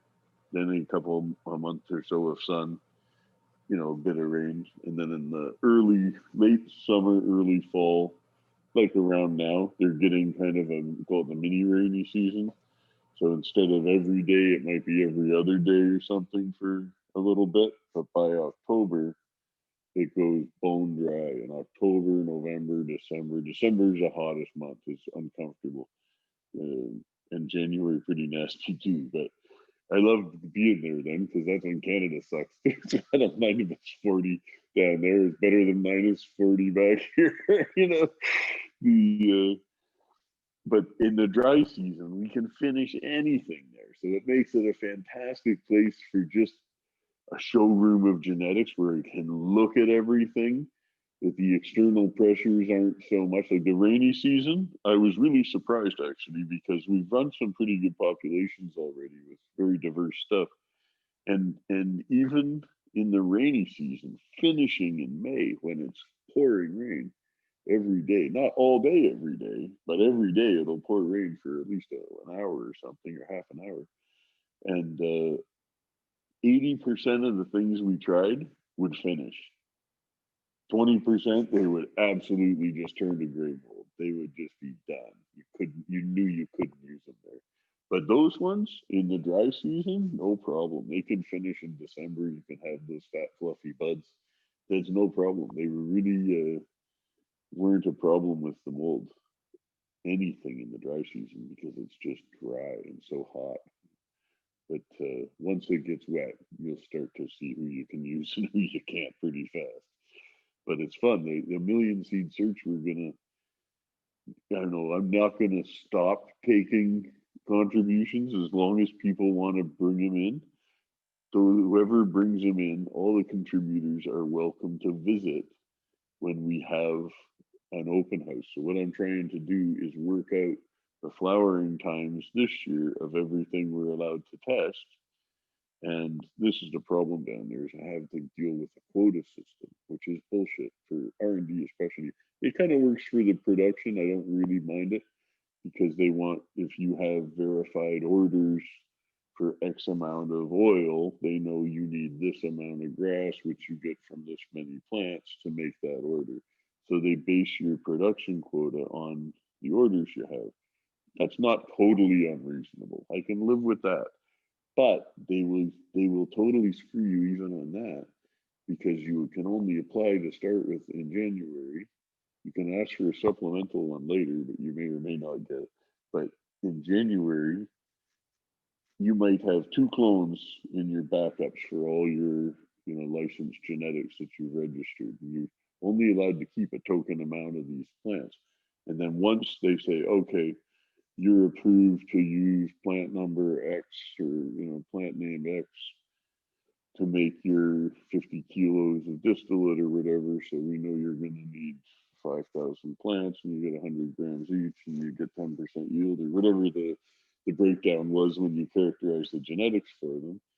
And you've got to grow the mothers to take the cuttings, to make enough mothers to take the cuttings to grow that order. So you've got to show them, okay, well, I need to take these 2 cuttings and make 2 mothers. And then in 2 months, I've got to make 200 more mothers or whatever before I can make 2,000 mothers. And then I can make the 200,000 plants I need or whatever your quota was for. Our quotas last year were just over, or this year, just over 100,000 in production and maybe 12,000 or something in seeds. But if you apply to start 10,000 seeds in R&D and they say, okay, you can plant 2,000. Oh, fuck you. I want to plant 10,000, not 2,000. So this is the breeding game, and they're just unreasonable about it. So that's extremely frustrating, and it's been holding me back on a lot of testing. But the production stuff, the way they screw you on it there, is they might delay granting you the quota until May, like they did this year. They said, okay, you got these orders. You need 100,000 THC plants to meet your oil order. Okay, so great. We're going to be able to grow 100,000, but we got to get on that right away. When we apply in January, we need to be starting yesterday already to get those plants ready and out because you have to start from just a couple from your gene bank and then only do them from cuttings. So it's mental. If they delay till May, they grant it to you knowing you can't possibly finish it before December 31st. and you have to finish your quota before December 31st. If you've got anything left after that, you're going to jail. Like you've got plants that aren't in quota because your quota expires at the year end. It's just ridiculous. So even if you didn't get your crop out till December 1st because they didn't give you the quota till May, you've got months of veg to do. So the working within the system there has been honestly more frustration than it's worth, I'm sure. I kind of definitely have second thoughts about all the effort that's gone into that to deal with a really reluctant bureaucracy that's, straight up ignorant. There's no other way to put it. They're just straight up ignorant, if not corrupt. As we've had problems, I think some of the guys that were in these quota boards were in very tight with other producers. Like one of them had a boyfriend at one of our competitors, and he kept blocking our quota. like, fuck, how much are they paying you? So I'm sick of legal growing with a license. In Switzerland, it was legal growing back when I was there without a license. And that was the way it's supposed to be, just legal like tomatoes or corn. The only thing you need to plant a field of wheat is a field and some seeds, There was no license. You just apply for a regular business license. Your indoor grow rooms had to, get your electrical inspector in just like any other business would. It was all basic business. It was no complication because it was cannabis. And when I saw that, that's why I had to move there. I went there on a consulting gig, and I said, "Geez, I have to come back and do this because this is the way it's supposed to be. We've always dreamt of this, So I was totally thrilled. I said, if I can move somewhere and pay them tax to grow weed without looking over my shoulder, I am there. And that was that. It was so simple and clean and easy. I loved it. And when they legalized in Canada, you knew it wasn't going to be as comfortable and efficient. Switzerland's about efficiency. Canada is not. Canada's about bureaucracy, and it's a pain in the ass. So I never ever wanted a license they've offered yet in Canada. I really haven't wanted it. Is not appealing to me. But the only thing I like better about the Canadian system compared to the Colombian one at this time is, and the Colombian one's a lot younger. Canadian started out even worse, but the Colombian one has the quota systems where you have to apply for that quota for every plant that you expect to be over 1% combined THC CBN. So the quotas are the holdup on getting the R&D done that you need to do. And they typically weren't too bad about granting us R&D quotas, but they never give you what you ask for. So, I'm going to just start asking for 10 times more. So I need to start, 1 million seeds right now. I don't mind starting 1 million seeds broke up over 100,000. We start every 3 months and it takes 2 years or whatever. That's fine. As long as I can get through the 1 million seeds, that is like a bucket list target. And everybody that's helping me out, I want them to come experience it. It has taken 4 years of really banging my head against the wall in a lot of ways to get to the point where we can grow these out. And we've been growing them out, but only, smaller lots, 2,000, 5,000. I really want to start planting some bigger lots. And I have a lot of seed there, really a lot of good stuff to plant from all over the world. And I've got a lot more in BC that I'm going to have to get into circulation as well. But the beautiful stuff, I've got stuff people have sent me from all over the world. It's just going to be fascinating and I'm going to keep adding to it. The delay doesn't bother me that much because it's going to be that much more impressive when it does all get out. And the thing is to do the first time with them is determine their flowering times. And so that when I pick, what I'm hoping is, travel will be open next December, if not this December, but for the first week of December next year, is that we can all meet up down there and go through the fields with everything finishing at the exact same time. So you can come the week before harvest and know that there's like 7 days left and have 2,100 seed lines out there. So, and there'll be a place where it's all hemp. You know, there'll be one field you can walk in that's every type of hemp we could get our hands on, time to finish at the same time.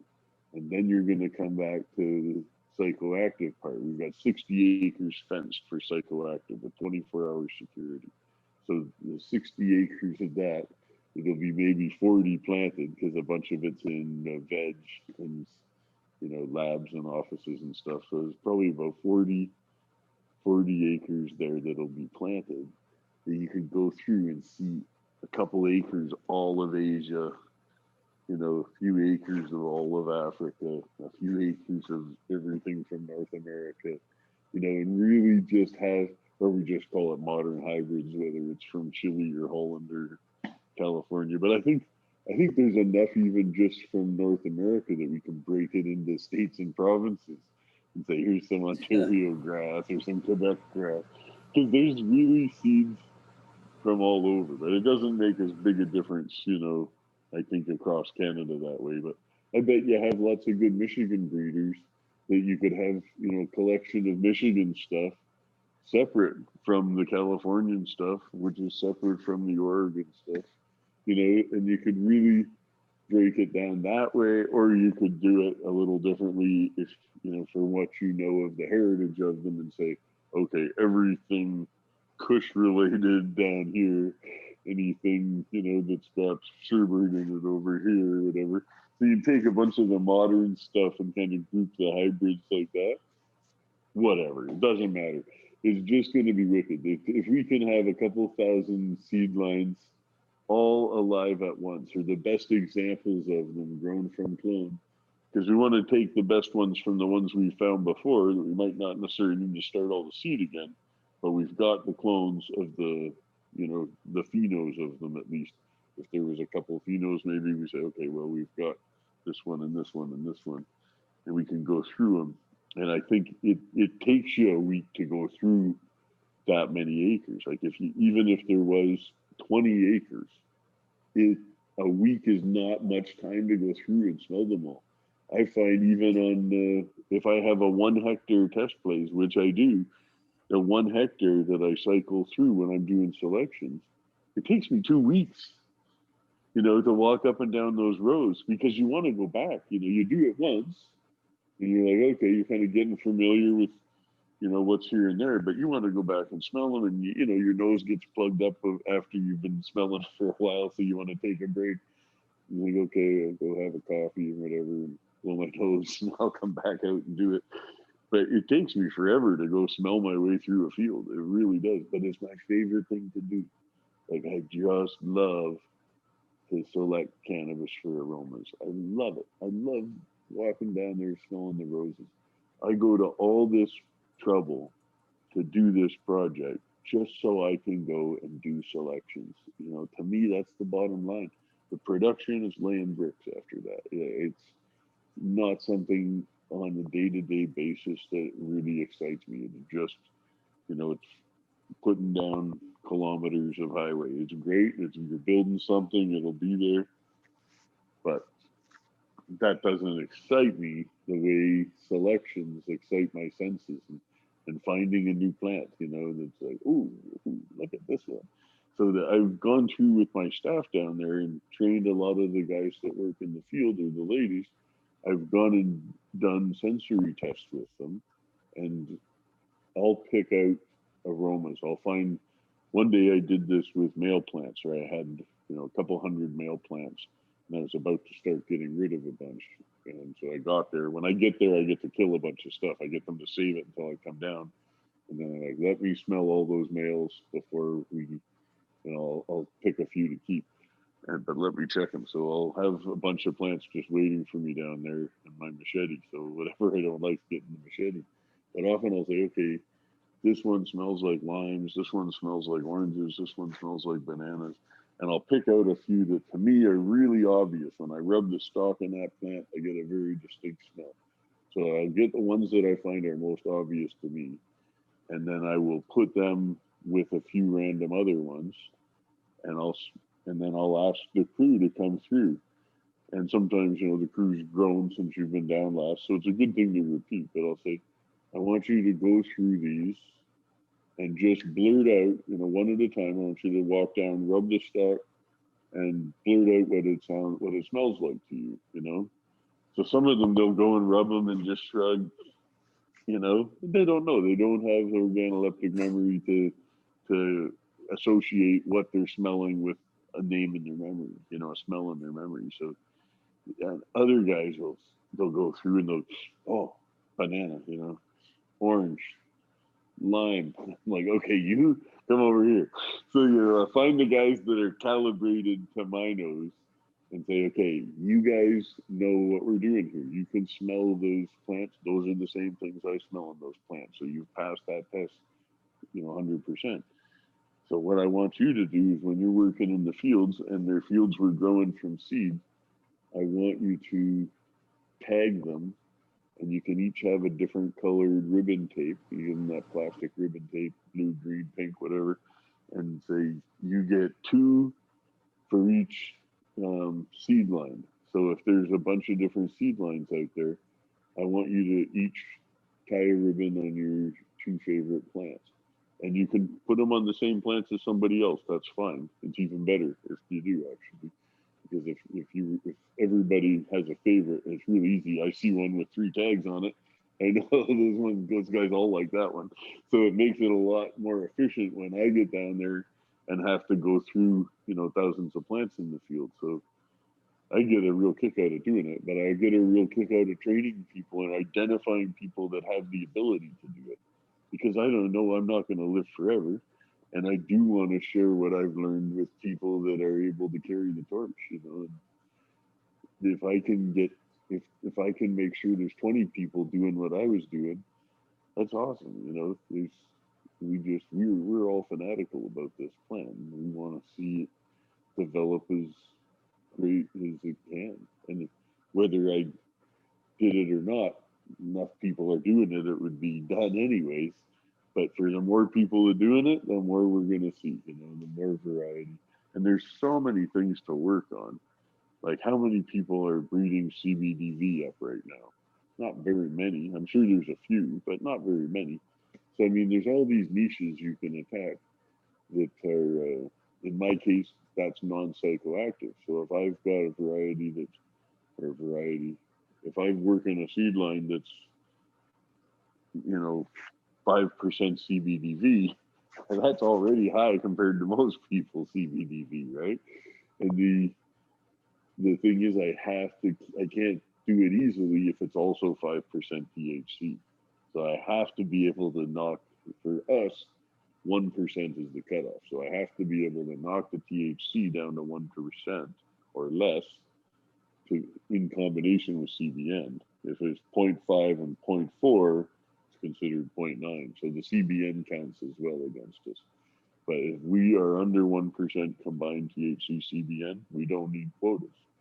But as soon as we've got anything over 1%, we need a quota. And they'll drag it out just to be dicks.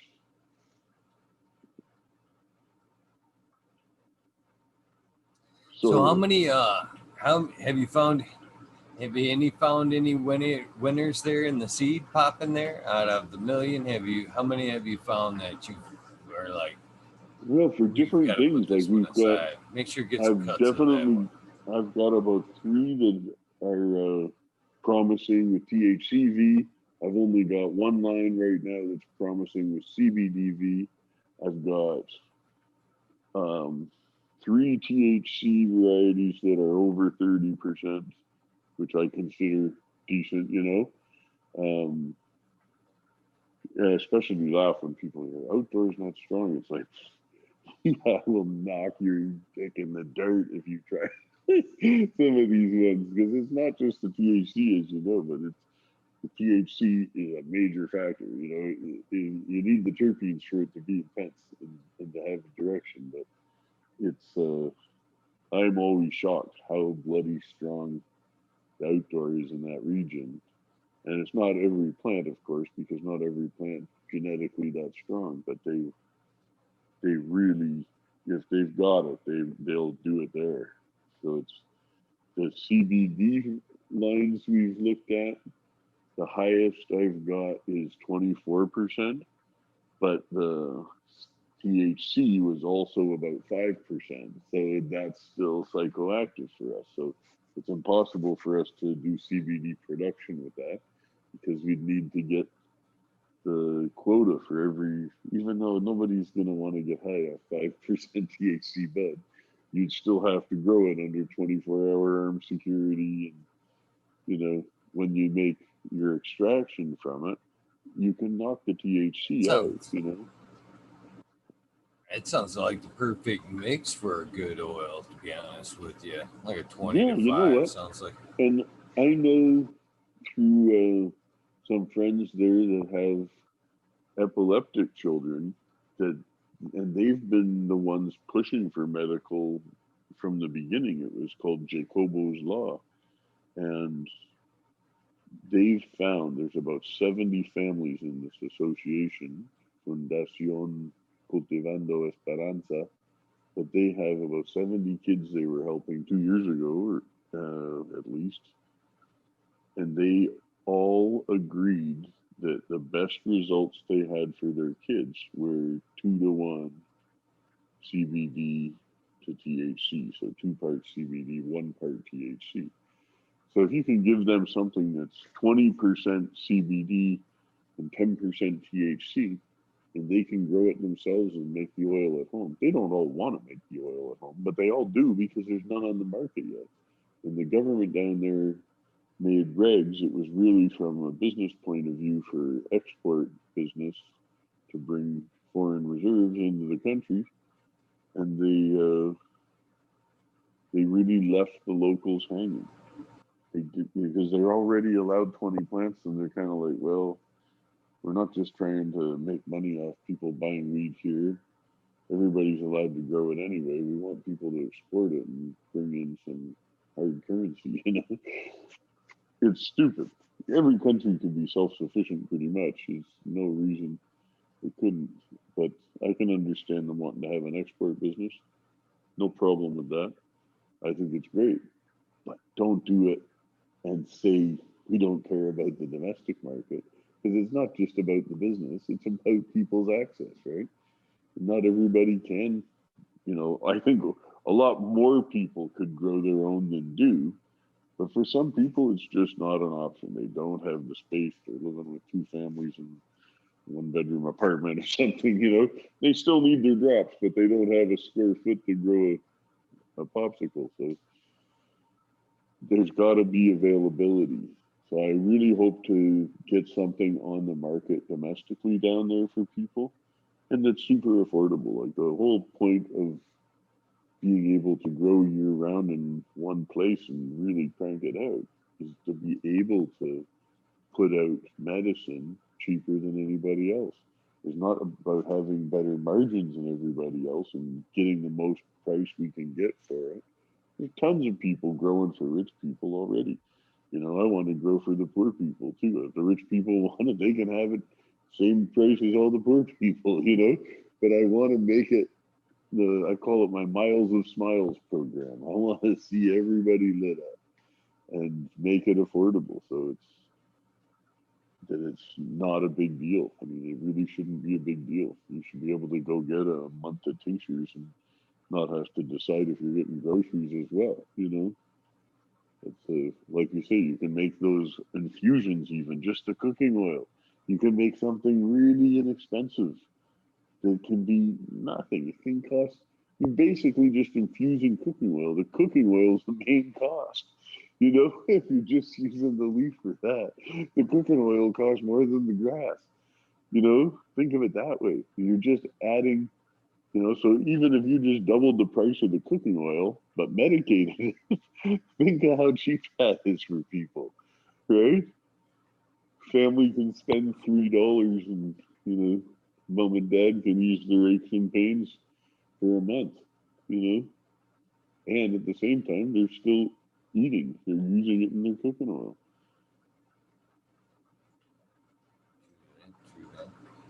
Peter Griffin is wanting to know where they can find the Canadian address to send you some seeds.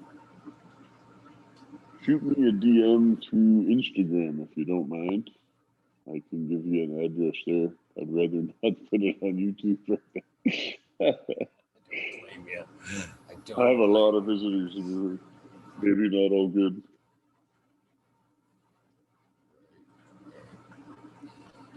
Yeah. So when you're breeding with, if you were to give a young, expiring breeder some advice, would you rather see them prefer to find mom and dad from seed, or do you think that taking clones in and working with them is a better route or a quicker route? Oh, you're going to be popping some seeds if you're looking for males, right? So you're going to find some females too, presumably. But what I always do is since I started, I was always keep, a running. Once I had a light, the first 5 years I grew, I didn't have a light. I was just growing outside in the summer. But once I actually had a light, I would I would get every clone I could get. Whoever was selling clones, I would buy some just to try everything. And 95% of it, not that exciting. 5% of them, you're like, wow, that's really nice. Really nice. And keep that in the lineup. So I might keep a rotating lineup of like 5 or 6 favorites going at any time.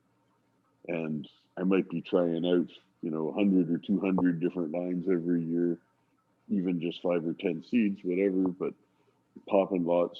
And from the more you pop, the better you find. So whether you're finding males or females, it's great. But if you have a bunch of clone onlys, put them in the room around the side whenever you're seeding anything.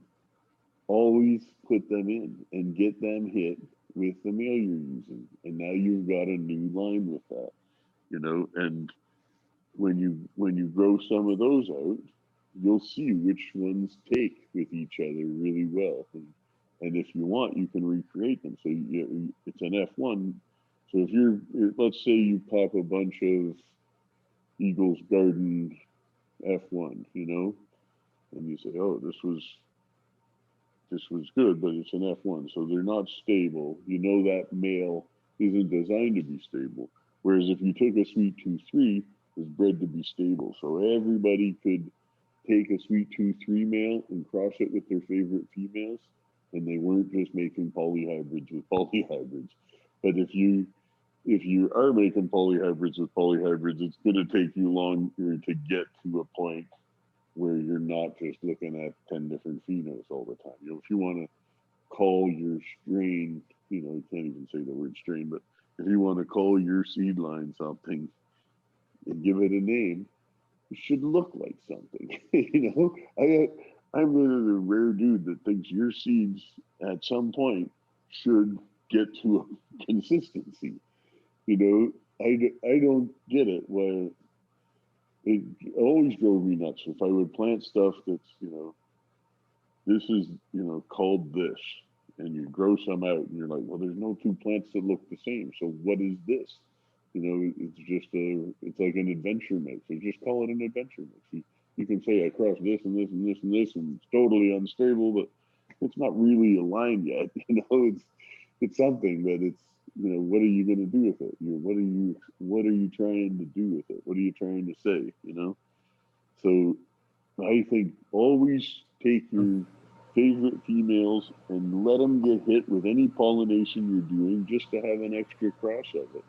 And when you grow them out, you'll see your favorites. And the key to the line breeding is keeping at least 2 generations, or two different lines is a minimum for line breeding by definition. So if you did your first cross and you had your F1, you could say, well, I know for sure that's my favorite female, but I don't know for sure which of these males is better. These are probably the 2 best males, but there's not really any way to decide which is better. They're pretty close. So take cuttings of your favorite female and put them in two different closets, and then put a cutting of each male in a different closet. You know, one male and one different male in the other. So they both on the same female, but when you grow out those seeds, you're going to say, okay, this was line one and this was line two, based on the male, whether it was male number one or male number two. After 3 generations, you can cross those lines back together to restore vigor. And that's the basis of traditional line breeding, is every 3 generations you cross the two lines together to prevent them from becoming inbred. And 2 lines is the minimum, because if you choose 2 favorite females and 2 favorite males, then you're starting out with 4 lines, rather than 2 lines. So you can quickly amplify 2 lines into too many lines. You got to be careful with that. So but I don't really think too many lines is as big a problem. I would almost rather have 20 lines than 2. And I find, justifications for doing them, but it does become a logistical nightmare, and it is all about how much space you've got to grow them out. At some point, you've got to be ruthless and start cutting them back drastically. But the important thing is, if you're flowering out that first male, or the first 2 males with the first favorite female, if you just use cuttings of those males, you've still got the males in veg. So if one of those lines was turned out way better than the other one, you might say, well, I'll keep 2 lines out of this and scrap that other one, and then, then I'll cross those 2 lines back together. So you might rule out, well, that one male was a dud, so it's always better to use more than one. But sometimes you just know, like, you'll find a male and just say, holy shit, that's the only male out of every male I've looked at this year that's just dripping with resin. There's no way you're not going to use that, If it's totally obvious that that is the one, you're going to use it. But if you grow it out and you say, holy shit, there's plants are all really frosty, but they're all really hermy, well, then you've shot yourself in the foot too. You might have wanted to find the second best one and do something with it. But chances are that's not the problem. If you've got a healthy male, use it. And use it with everything you got, because you just never know when you'll get that real sweet combination. It's too much fun.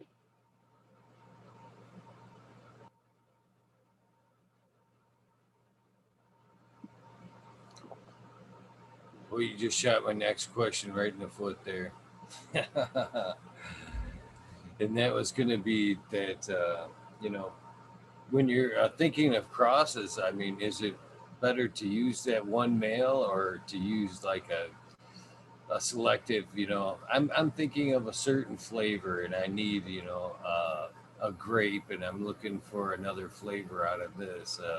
Does that come into play at all, or is it more Yeah, you just I've select got a the ones kick-ass that, stud and just well, if you're looking for the grape and you get grape in something, you want to find the male that has that smell, because the female is obvious. You always, okay, this is clear. The females are much louder and obvious.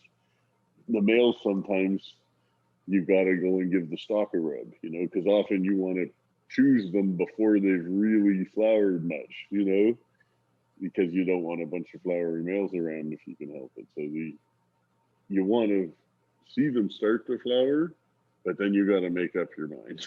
That's pretty much when it's do or die for them at that point. When you keep the male you've used, because if you don't keep the male you've used, you can never recreate that first cross again. So if I'm starting to make certified seeds, and to do that, you have to use the same parents again and again. It's not that every new generation has to be recertified, So once you can say, okay, I'm using this same male and the same mother, and I get 75% homozygous like this, and the 3/4 are one pheno and the other quarters this other pheno. As long as you've registered it in these characteristics, you can recreate that same seed using the same parents and plant a field, even if it's for medical extract to get a consistent crop. You don't necessarily have to grow from cuttings. You know, a lot of people think, well, if I want to be really consistent, I got to grow from cuttings. But no, you can make the same batch of seeds again. It'll give you the same ratios you had the first time. It'll be exactly the same field of seed every time. And if you leave it, a lot of ripening is about heat units, you know, so usually we think in days or weeks, and that's crucial to it. But if it's a little bit colder, you might go 62 days instead of 60 days or something like that to achieve the same ripeness. So I keep track of degree growing days generally, like with corn heat units. And that's how I do a lot of site selection is I look for maps for corn heat units. And I'll give you another tip. When I'm doing site selection, because I'm looking at places in Peru and Ecuador and Mexico and Spain and Portugal for next step projects, and I use a website called WeatherSpark. I don't know if you've ever seen it, but it's really good. It gives you an immense amount of data on each location, and even you can type in obscure towns in a mountain in Peru, and it'll give you everything you can think about asking about the climate there. Really impressive. Like there's got to be at least a dozen charts on every location. So it's great. I've been checking out ones for India too. I've been vetting some sites over there and trying to decide what genetics they need to use on those sites. Because it's just like with grapes in our parallel universe of wine, the site selection is really about matching the right genetics to the site. You know, you could have a great hot place to grow Syrah, but it would just be, make a disaster for Gewürztraminer. It's just too hot. And the Gewürz doesn't have any acid left. Whereas if you went to where the Gewürz does really good in some cool climate, your Syrah's going to suck. So you want to. It's the same with pot, and you've got probably more variety of cannabis even. That you've got options of what'll work in humid places and what won't work in humid places. So if you're looking at a region, you have to really consider the seasons and the growing times. And if it's somewhere you can grow 12 months a year, that's great. If it's somewhere you can only grow 4 months a year, that's great too. But you just got to use the right plants, They're not going to be the same plants. So the site selection is so important. So it's knowing what the climate is, because the WeatherSpark doesn't give you the soil makeup. You want to look at soil geological maps and stuff for that. But you can look up a lot of agriculture stuff on government sites usually for each of the different countries and find out where they grow the corn. That's probably the easiest thing to do. If I can give anybody a good tip for where to plant fields of grass, just look where they grow the corn. And I've looked at places in Colombia where our area, they do 2 crops of corn a year typically. But another one I was looking at, they do 3 crops a year of corn. Can imagine that. In Canada, in North America in general, nobody does 3 crops a year of corn. So if you can do 3 crops a year of corn, and they're not irrigating those cornfields, it's just not worth it. So if there's somewhere where they grow corn, they get enough rain to grow it, but not so much that it's drowning. Because I've seen cornfields drowning. It's not pretty. I've seen people's wheat drowning where they planted it in the spring. It was not a huge pond. When they came back in the fall, it had turned into a pond, and the plants were all golden and about 20 feet from the shore. So you got to know your site that it's not going to flood on you. Because flooding, it's game over once your field totally floods. So if you're in the prairies like I am, you look at the difference in elevation from one field to another might be 1 or 2 feet difference. That's a huge amount there. A difference in 1 foot in elevation can make or break your crop. In the rainy season, particularly. And I might go in the lower fields in the dry season where it's closer to the water table. And in the rainy season, I go to the higher ground and have crop rotations in between. And for crop rotations and for ground cover even, I like to grow peanuts. in the tropics. And the other thing I grow, peanuts is my favorite ground cover actually for growing down there. And oh, what's the name of the other one we grow? Like tall one with yellow flowery spikes. The name Crotalaria. So Crotalaria is our other cover crop that we is not a cover crop, it's a rotation crop. We do nothing with it except turn it back into the soil, but it also brings in a lot of beneficials. So I might have a field of mothers that's growing under lights with black curtains around it, and it might be, you know, a half hectare, whatever, an acre and a quarter. And that would be for one type of mother. So I might say, okay, I've got all these skunk big bud mothers in this block. So if I send people in there to take cuttings every day, there's no chance of them mixing them up because all the stuff from whatever else is in a different block. So there's no chance of them mixing them up. One person's taking cuttings from that block, they're only getting one type of cuttings from one plant, you know. So, but after that plant's been growing there for say 4 months, usually our turnaround's 4 months. 6 is, they go to hell by 6. It's just a tough environment. So I don't like keeping mothers. The mothers are straight up outside with floodlights around that are come on from 6 p.m. till midnight so that they get their 18 hours of light. And those hybrids, that's the only way you can grow them, right? So they will just flower as soon as you turn those lights off. So we'll usually let them grow for 4 months for making cuttings from, and then we'll just turn the lights off and let them flower. But after that, because I guarantee by then I've got termites and root aphids and all kinds of bloody problems coming through there. Once the plants are old, they get just infested with every problem in the neighborhood. When they're young, they're a lot more resistant, but when they get old, that's it. You know, the growth slows so much, and you don't want to be taking cuttings from plants that are infested with anything. So after we chop those down, we'll plant Crotalaria, and we'll let it grow for a few months, and we just move into different mother blocks. We have quite a few. So we have, you know, it's like parking lots of mother plants outside. It's really something to see.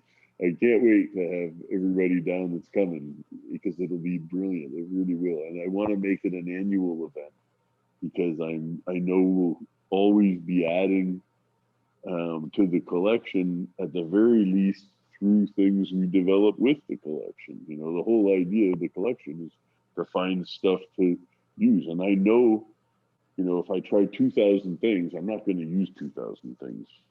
I might use 25 of those 2,000 things, right? So you'll want to be able to say, okay, once I've narrowed down these 25 and say, I really love this Malawi, I really like this Samal, those two both had great THCV. We're going to start crossing those two and try and make a more vigorous THCV line, which we're doing. And so that's great. Those plants are very adapted to equatorial conditions. They don't need the lights on. You know, these are plants that are acclimatizing. So you have plants that you can use there. Once you don't have to use the lights to grow them, and you can just plant them in a field from seed, that changes it. It just erases the whole horticultural aspect of the production. And it takes it straight to mechanized agriculture, but it's having that seed that works and grows with no lights, stands up on its own, and doesn't mold at the first sight of rain. You know, you've got to get hardy plants and really differentiate yourself these days because, you know, even though there's a lot more people doing CBD than THC, so THC's still, you know, a little more specialized, let's say, than CBD at this point. But there's still lots of people doing THC. So if we had the only THCV distillate, because right now you can't get 90% THCV distillate to the best of my knowledge. You can get oil that has some THCV in it, but it's not necessarily all THCV. And I think for pharmaceutical clients that we deal with, they're going to want a lot of these more novel cannabinoids. And for our benefit too, THCV is not THC. So we could still consider that if I can make it 30% THCV without it, under 1% THC and CBN, then I can consider it a non-psychoactive plant under those regs, and I don't need a quota to grow it. So it would be fun to have something that you're not competing with people on, really, because they're, even though I want to make the popular common stuff and make it low cost, I want to have special stuff. It still can be very reasonably priced, but to be the only one with it, that makes a difference. So there's endless permutations of things you can work on there. And I'm not selling seeds at this point. I haven't been selling seeds for a really, really long time. I would like to again, if we could. But again, I really want to, more than anything, I just want to have seeds that work in my production area.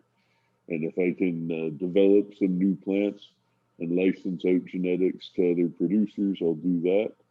But I'm not just getting, seed companies are sending me stuff largely for them. They want to come and visit and see the crop, which is, to me, that's a bucket list. For anybody that loves growing pot, wouldn't you want to see the entire living library of cannabis in one block all at once? Like, you could spend all year to go do something like that and grow everything out and watch it all the way. Who's got the time for that? But we would all take a week to go and see all the pot possible in one farm, like just a living library, the whole cannabis gene pool right there. And some hotel rooms close by. Every day people can come and just walk those fields. And I mean, it's fairly strictly licensed medical place. It's not like we're going to have a big hippie party out there. So people will do what they do, but they got to keep it a little bit, professional, let's say. And because it's not a rec scenario, it's definitely a med scenario. But I totally want people that respect the plant and the research that they can do for themselves to go and see and smell it all. I can't say we can taste it all, but we can see and smell it all. There's no law against me bringing guests to come and see and smell that stuff. So if we were to stand there and roll up spliffs on camera, we could be asking for trouble. And Columbia's not somewhere you want to be in trouble. But outside of the farm, it's, personal possession is not a huge ordeal. Smoking in public can catch you grief. They can give you like a $300 fine for smoking in public, which is like a month's salary for the average worker down there. So it's too expensive for them to get it busted for a joint. And they won't, most people are really afraid to smoke a joint on the sidewalk or something. Unless you're in a big city, it's different, right? In a little town in the country, nobody's anonymous there, right? So people smoke behind closed doors or, at the river or wherever, somewhere private. They smoke privately. But to go to that farm, it is really something to see. And even when I've had, 50 lines out there, it's just blown anybody's mind to come and walk around and see 100 plants each that we've already thinned out, from maybe we started 500 plants of each and we've thinned them out from 2,500 or whatever. So you go, okay, here's 100 plants that best represent each of these things. So a lot of the seed companies, they'll send me seed because they know they're going to get some promo out of it. And that's not the main thing. I think most of them really just want to come and see the living library, as I do. And but I think it doesn't hurt that they will know that they'll get mentioned and shout outs and on Instagram if I'm sharing pictures of what we're doing in the various Instagram accounts that we use. But I think the promotional value for being a part of that thing is something they'll never forget doing it, but people will never forget that they did it either, So a lot of younger seed companies have sent stuff, and I can't wait to check them out. And basically my policy is, because it's a good-natured thing, I'm not looking to slag people who have some bad seeds. Just if their seeds really suck, they just won't get mentioned, you know? Whereas, because I'm not, you know, out to hunt down the bad people. It's not what this is about. They're contributing. If I see awesome stuff, I'm giving them shout outs, you know? You know, even if it's decent stuff, they're going to shout outs. If there's a problem with something, I might say, okay, well, I'm just not going to say anything about this because I don't want to discourage everybody, you know? I'll tell them privately because I'm going to give everybody back the professional grow report. We have several professional agronomists on staff that write up the grow reports, and they're taking measurements every day of how tall those plants are, how wide they are, every aspect of the growth. And then they all get sent off for chemical analysis as well. So they're going to get back, you know, a photo story with a grow report of how their seeds performed in those conditions and the chemical analysis of it.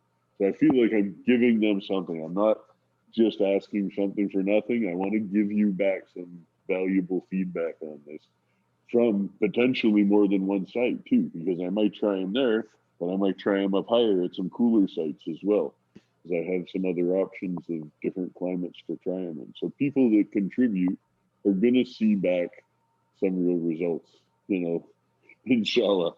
There's nothing horrible happens. But I think the way it's going, it's just slower than I ever could have dreamed of, but it is happening. And the first people whose seeds we have grown out have seen back the results. And sometimes I've given them some props on Instagram and shared, you know, pictures of, I just absolutely love growing this out, one of my favorites. And a lot, you know, I really liked in the last year of stuff I tried out. If I was to give one seed company a shout out of the first rounds that have been tested, was, and these were purchased seed even, these weren't contributed, but I got them wholesale from a mutual friend of the seed company that he had brought them down to Colombia from the US, but he'd bought a whole bunch and got them wholesale. So I saw he already had them and everything. So I said, tell you what, yeah, I'll be happy if I have your seed stash off you. And that was the entire catalog of Sin City seeds. And Oh yeah. they had some great stuff. Yeah, honestly, I'd never even heard of them before. And I was really impressed with a bunch of them. Not everything, but a lot of the stuff I was quite impressed with. So they did a good job. And if anybody's thinking of checking them out, I say go for it. You know, you won't. I think you would be hard pressed to be disappointed. I think they've got some nice high THC stuff that's not super tasty. They've got some really tasty stuff that's pretty high, like the blue lime pie, great flavor. Not an erect plant, so it's useless for me, but it had great flavor, you know, so it won't go into production there because it's very floppy. And that's too bad because it smells great and it tastes great, but it's just not one that can be grown without staking. You have to stake it and tie it up or grow it with a screen or something, but it won't stand up by itself. So for me, it's like, well, it's, you know, nice space, shame about your legs, you know. the the Man, I can't help but think, you know, I've heard you mention a couple of times now, logistical nightmares. I can't help but think there's a computer down there, not an employee, but a computer going, who in the fuck is this guy?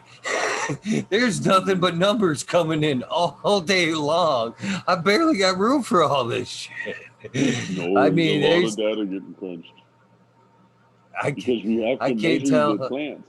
We have to register when we're doing the R&D. It's all about, if you're growing from seed, you have to, you know, list what percentage hermaphrodites you get, what, you know, what day, like on day 10, how many blades on each leaf. On day 20, how many blades on each leaf, you know.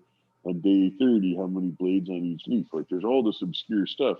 And it's part of like the Linnaean classification that they've used on all their agricultural crops, but they just twist it to cannabis a bit. So you see, what percentage of males and females do you get?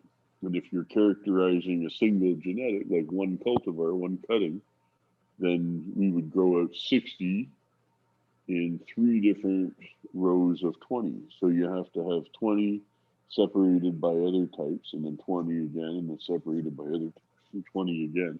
And then they will go through and they'll take the biggest and smallest and average weight of each plant, the average height of each plant, everything you could measure about it.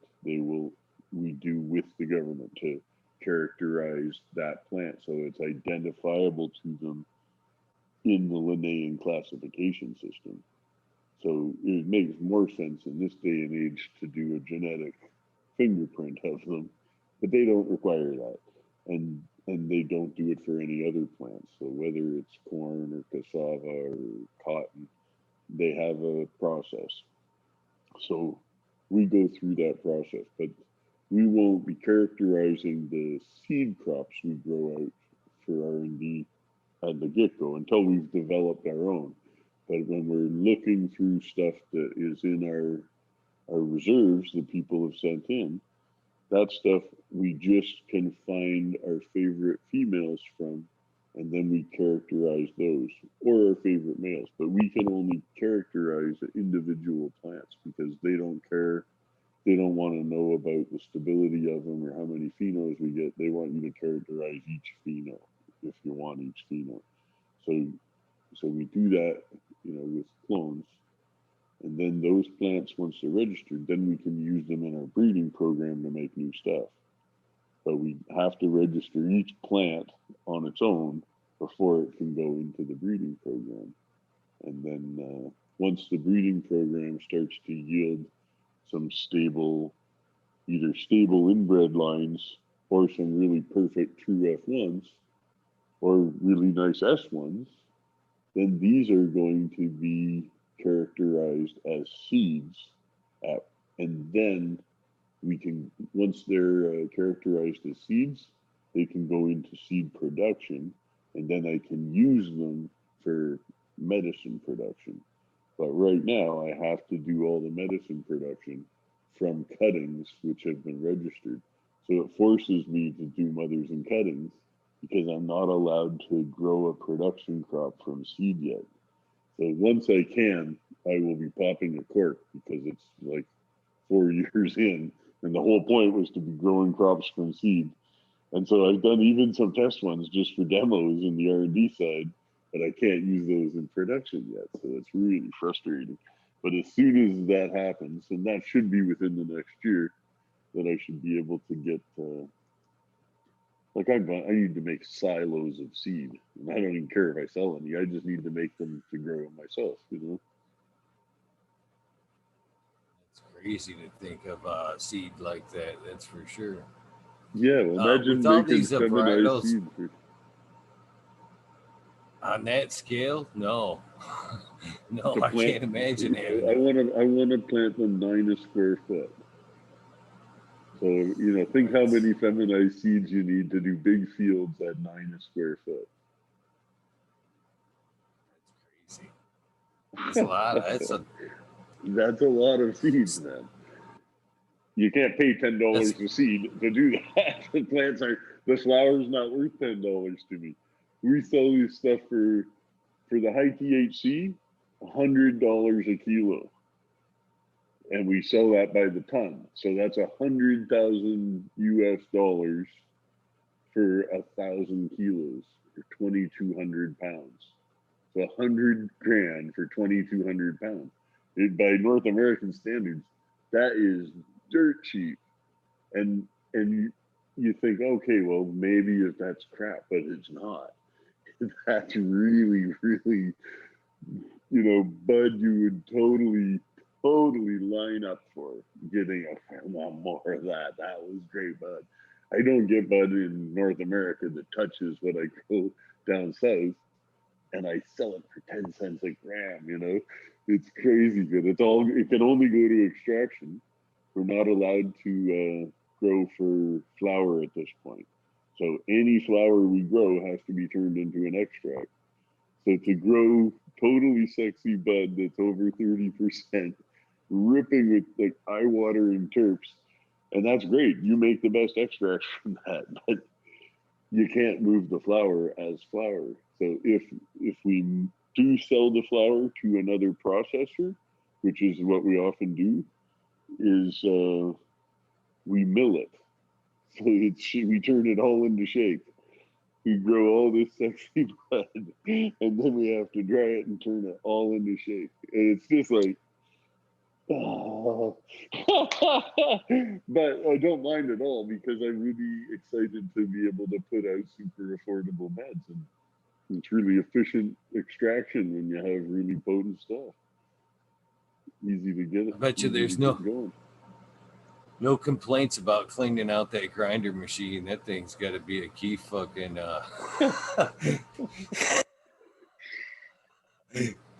Right. Yeah. Nobody knows that. Man. Nobody gets that. That's mine. No, but there's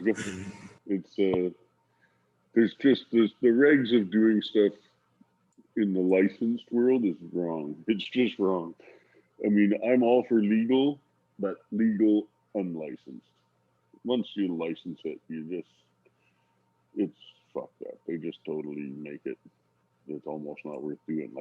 Once you start, it's hard to stop because you've got so much time invested in doing it. But if I'd known the headaches now, I doubt I would have done it. And the thing was, when I started, the government that was implementing it wanted to do it. They were in favor. But the next government that got in was real dicks about it, and made it a hassle, more of a hassle. It was already a bit of a hassle, but they made it much more of a hassle than it needed to be. And it's just a pain in the ass. If I had to do it again, I totally probably wouldn't. I would just, if I want to go grow a field of weed, I'll just go grow a field of weed. But I'll have to be really selective about where I do it so that nobody's going to see it, because I'm done with, I really can't imagine working like this for much longer, where you've got just they breathing down your neck for every aspect of your operation, and they're just making it really hard, and mainly so that they can favor operations that they have a vested interest in. So there's a huge amount of conflict of interest amongst the regulators, and all governments are corrupt. It's not like a Latin American phenomenon. You get that from Europe to Asia, you name it. I always say in Canada, it's not that they're not corrupt, they're just a little better at hiding it. Whereas in Colombia, they kind of don't even try to hide it, They just wear it like a badge of no honor. Anyways. So what the heck is that you're drinking there? That thing's darker than my French press coffee over here. Oh yeah, this is an Irish stout from Kind Brewing. A friend of mine makes this. You guys might have heard of him actually, but I don't know if he wants me to mention him or not. But it's his take on the Guinness, basically. It's partly why I've been drinking it so slow. So the American one wanted me to ask you again, what out of all these varietals that you're running, what is the actual number of herms that you're finding? I mean, true herms, not nothing that's popping bananas. How many true herms are you finding in all these varietals that you get?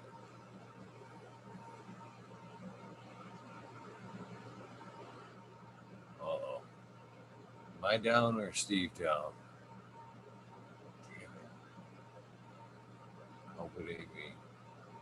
I hope it ain't me. Guys, is it me or is it him? Chat? Chat? Anybody? Is it me? Oh, it's him. Well, guys, that may be it. I'm not for sure.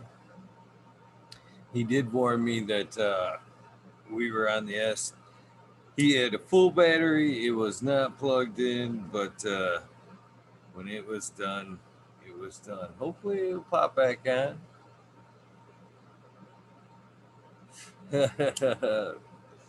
Maybe, Smiley, maybe.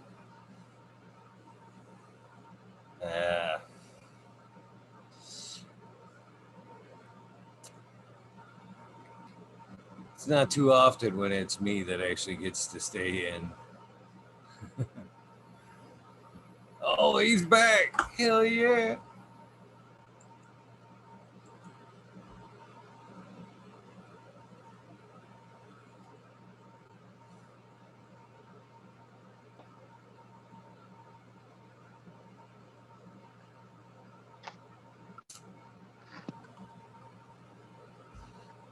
I can hear you, but I can't see you. Lucky you. There you are. All right. Well, I thought I better come back to say goodbye because that was no way to end, right?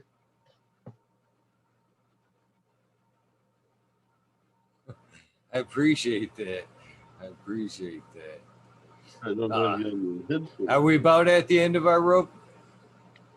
Yeah, I think so. I think unless if anybody's got another question I can drone on about, I'll have to leave right now.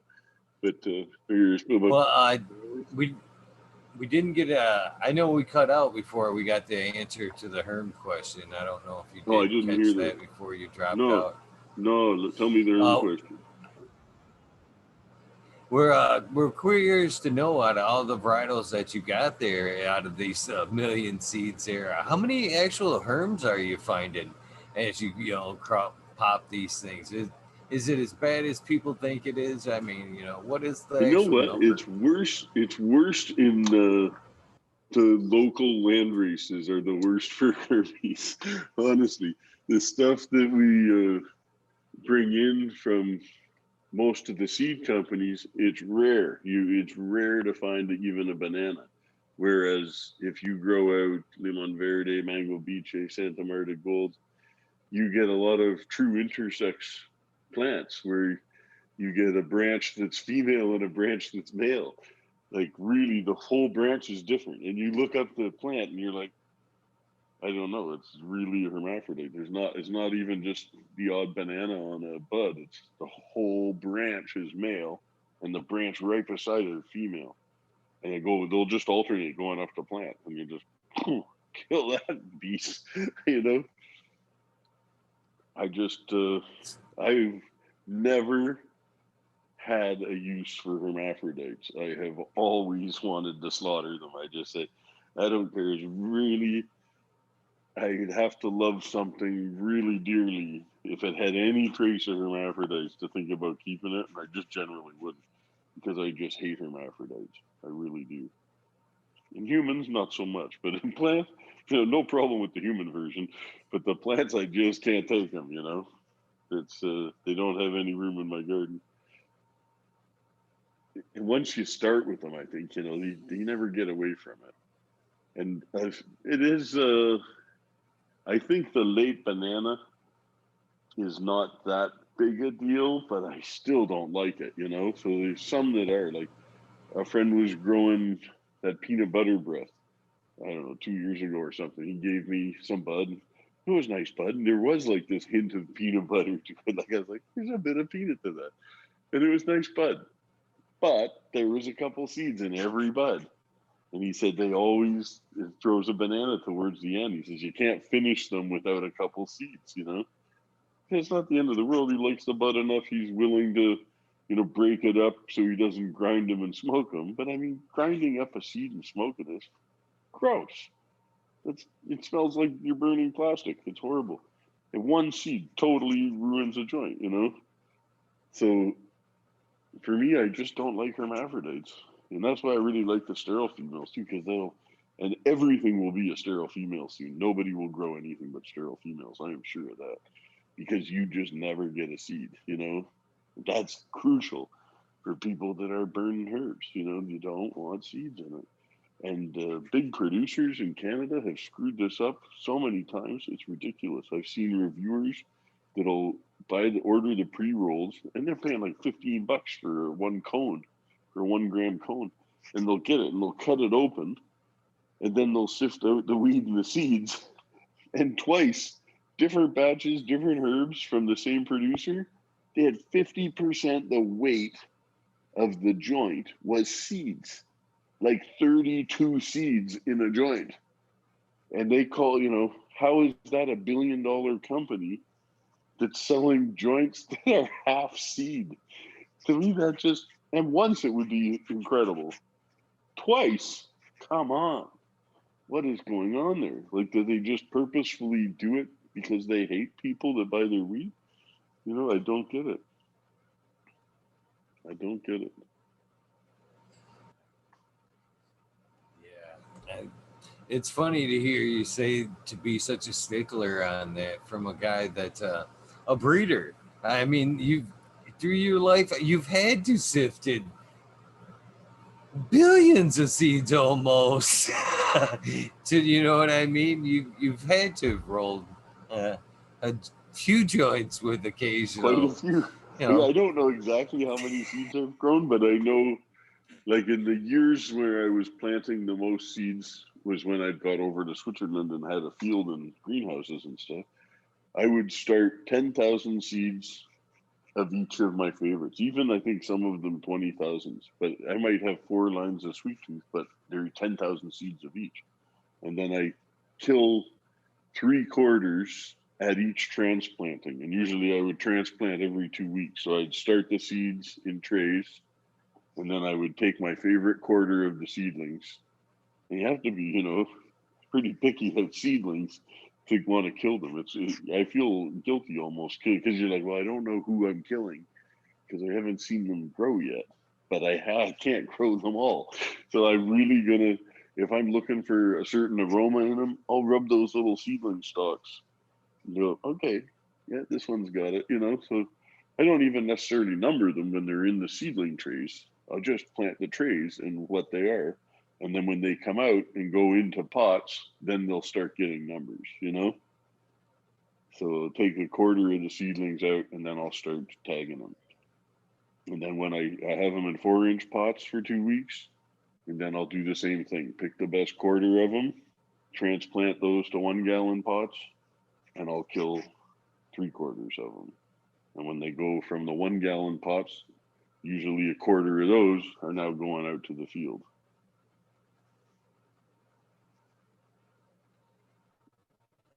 it's a tough cut right there, and I have a hard time doing that. I always do, even when it's clones.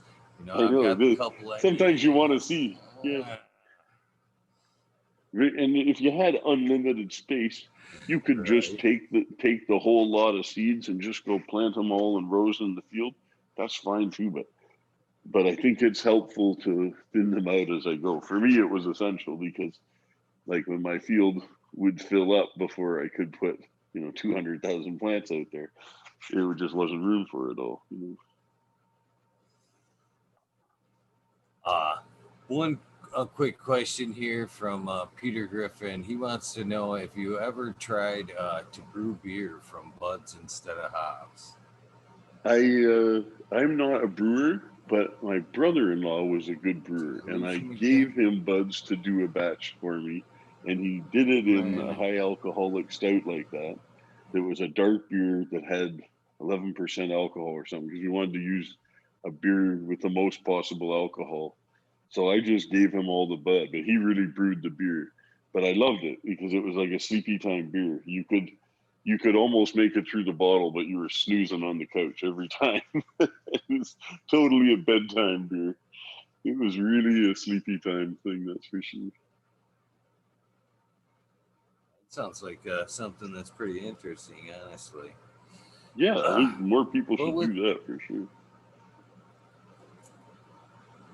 well, with that being said, I think I'll let you let you go. It is getting a little bit late, and I prefer to go out with a good note with you, so I could get you back for another round someday. You're one of the favorites, by the way. And when I ask people who they Not want for it my good back, looks. they they refer back to your episode again and again, and Well, I that's nice. appreciate it. And moreover, I want to thank you for being a pioneer in the cannabis game. You know, there was a Oh, lot of no, it's risk always in been the a pleasure. earlier days to do what you did, and it helped. It was people like yourself that helped get us to where we are now. Kept them flowers going, kept them seeds coming, and it helped get us to where we are. So a heartfelt Well, thank you for There help was a pushing the lot of cannabis. people doing it. I get a lot of love and respect for it, and I certainly appreciate it all. But there was a lot more people doing it than just me. I just got credit for a lot of it.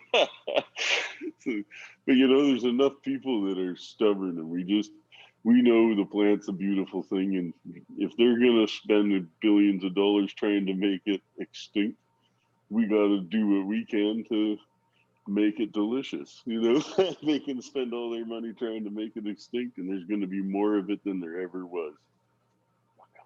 And easier to grow. I would like to get another soundbite from you because you delivered such a great soundbite the last time, and that I talked about that ending for weeks on end. That cracked me up. I mean, for the longest time. And I was talking the other night that to some people on the show there, and I had told them that I had reached out to you to invite you back on, and they were like, "Oh, that'd be great if I could, if you could get him back on. We really enjoyed that episode." And I jokingly said, I was this close to sending him a picture of a cannabis plant with nothing but balls, nothing, cannabis dick pic. And I said I wouldn't. He seemed like he would have fucking probably laughed, but I want him back on, so I didn't send it. Easy. But if you could you give me another soundbite so I could add it to the rest? Well, easier said than done, man. Just like that. How could I top that? I don't know, man. That's a tough one to top, by the way. I mean, I literally fell out of my chair that day, man. That was cute. Blindsided. It was good. It was really good. You don't have to top I got no You don't fun have- right now. I just got no fun yet. I don't know. I just burned out, I think. Sorry about that. Just so this is a breeder, Steve. I'm on fucking talking shit with Eagle. That works. It ain't got to be funny. This is Breeder Steve, and I've enjoyed fucking talking shit with Eagle. All right, mate. You have yourself a great night, and everybody that's held out and watched this. I don't know why you do it, but I appreciate it. I have fun with these things. It's a hoot. Steve, you want to hear something great about these folks that are tuning in right now? What's that? Like I was telling you a little bit before this, I've had a little bit of problems with YouTube and Zoom, and I haven't been able to upload to my main channel. So last night, on a whim, because we had Leighton Morrison on with Smiley's Gardens for an interview, and it was important. I had a backup channel with 4 subscribers yesterday. 4 subscribers. It had a lot of my content. I didn't even tell anybody about it. By the end of Lath's episode, we had I was over 100 subscribers, and we had over 50 watching. Day 2, same thing. There's currently 47 watching right now on the backup channel. So that tells you, you say, I don't know how you guys do it. These guys are an amazing community. I mean, they will, they want to learn. We all love talking pot. That's for sure. We thank you. Oh man, my pleasure. And so I'm sure you get on some good people. And, you're good people yourself. So keep up the nice work.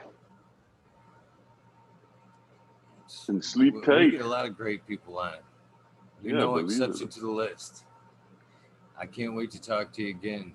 Thank you for your time, my friend. You have a great night, brother. We'll talk to you soon. Ciao, ciao. Bye. Breeder Steve delivering another great episode tonight, and I can't thank him enough. He's a legend in the cannabis community and a pioneer that's helped push us all forward. I hope you guys have really enjoyed this episode. I know I have. You guys know the deal. I'm going to cut this short and load back on so I don't risk getting any kind of copyright infringements so it doesn't get taken down. So you know the routine. If you're not going to check in, do something nice for somebody. Random acts of kindness do save lives. And I'll see you in a few. Thank you, Steve. Ciao, guys. Have a good night. Good night.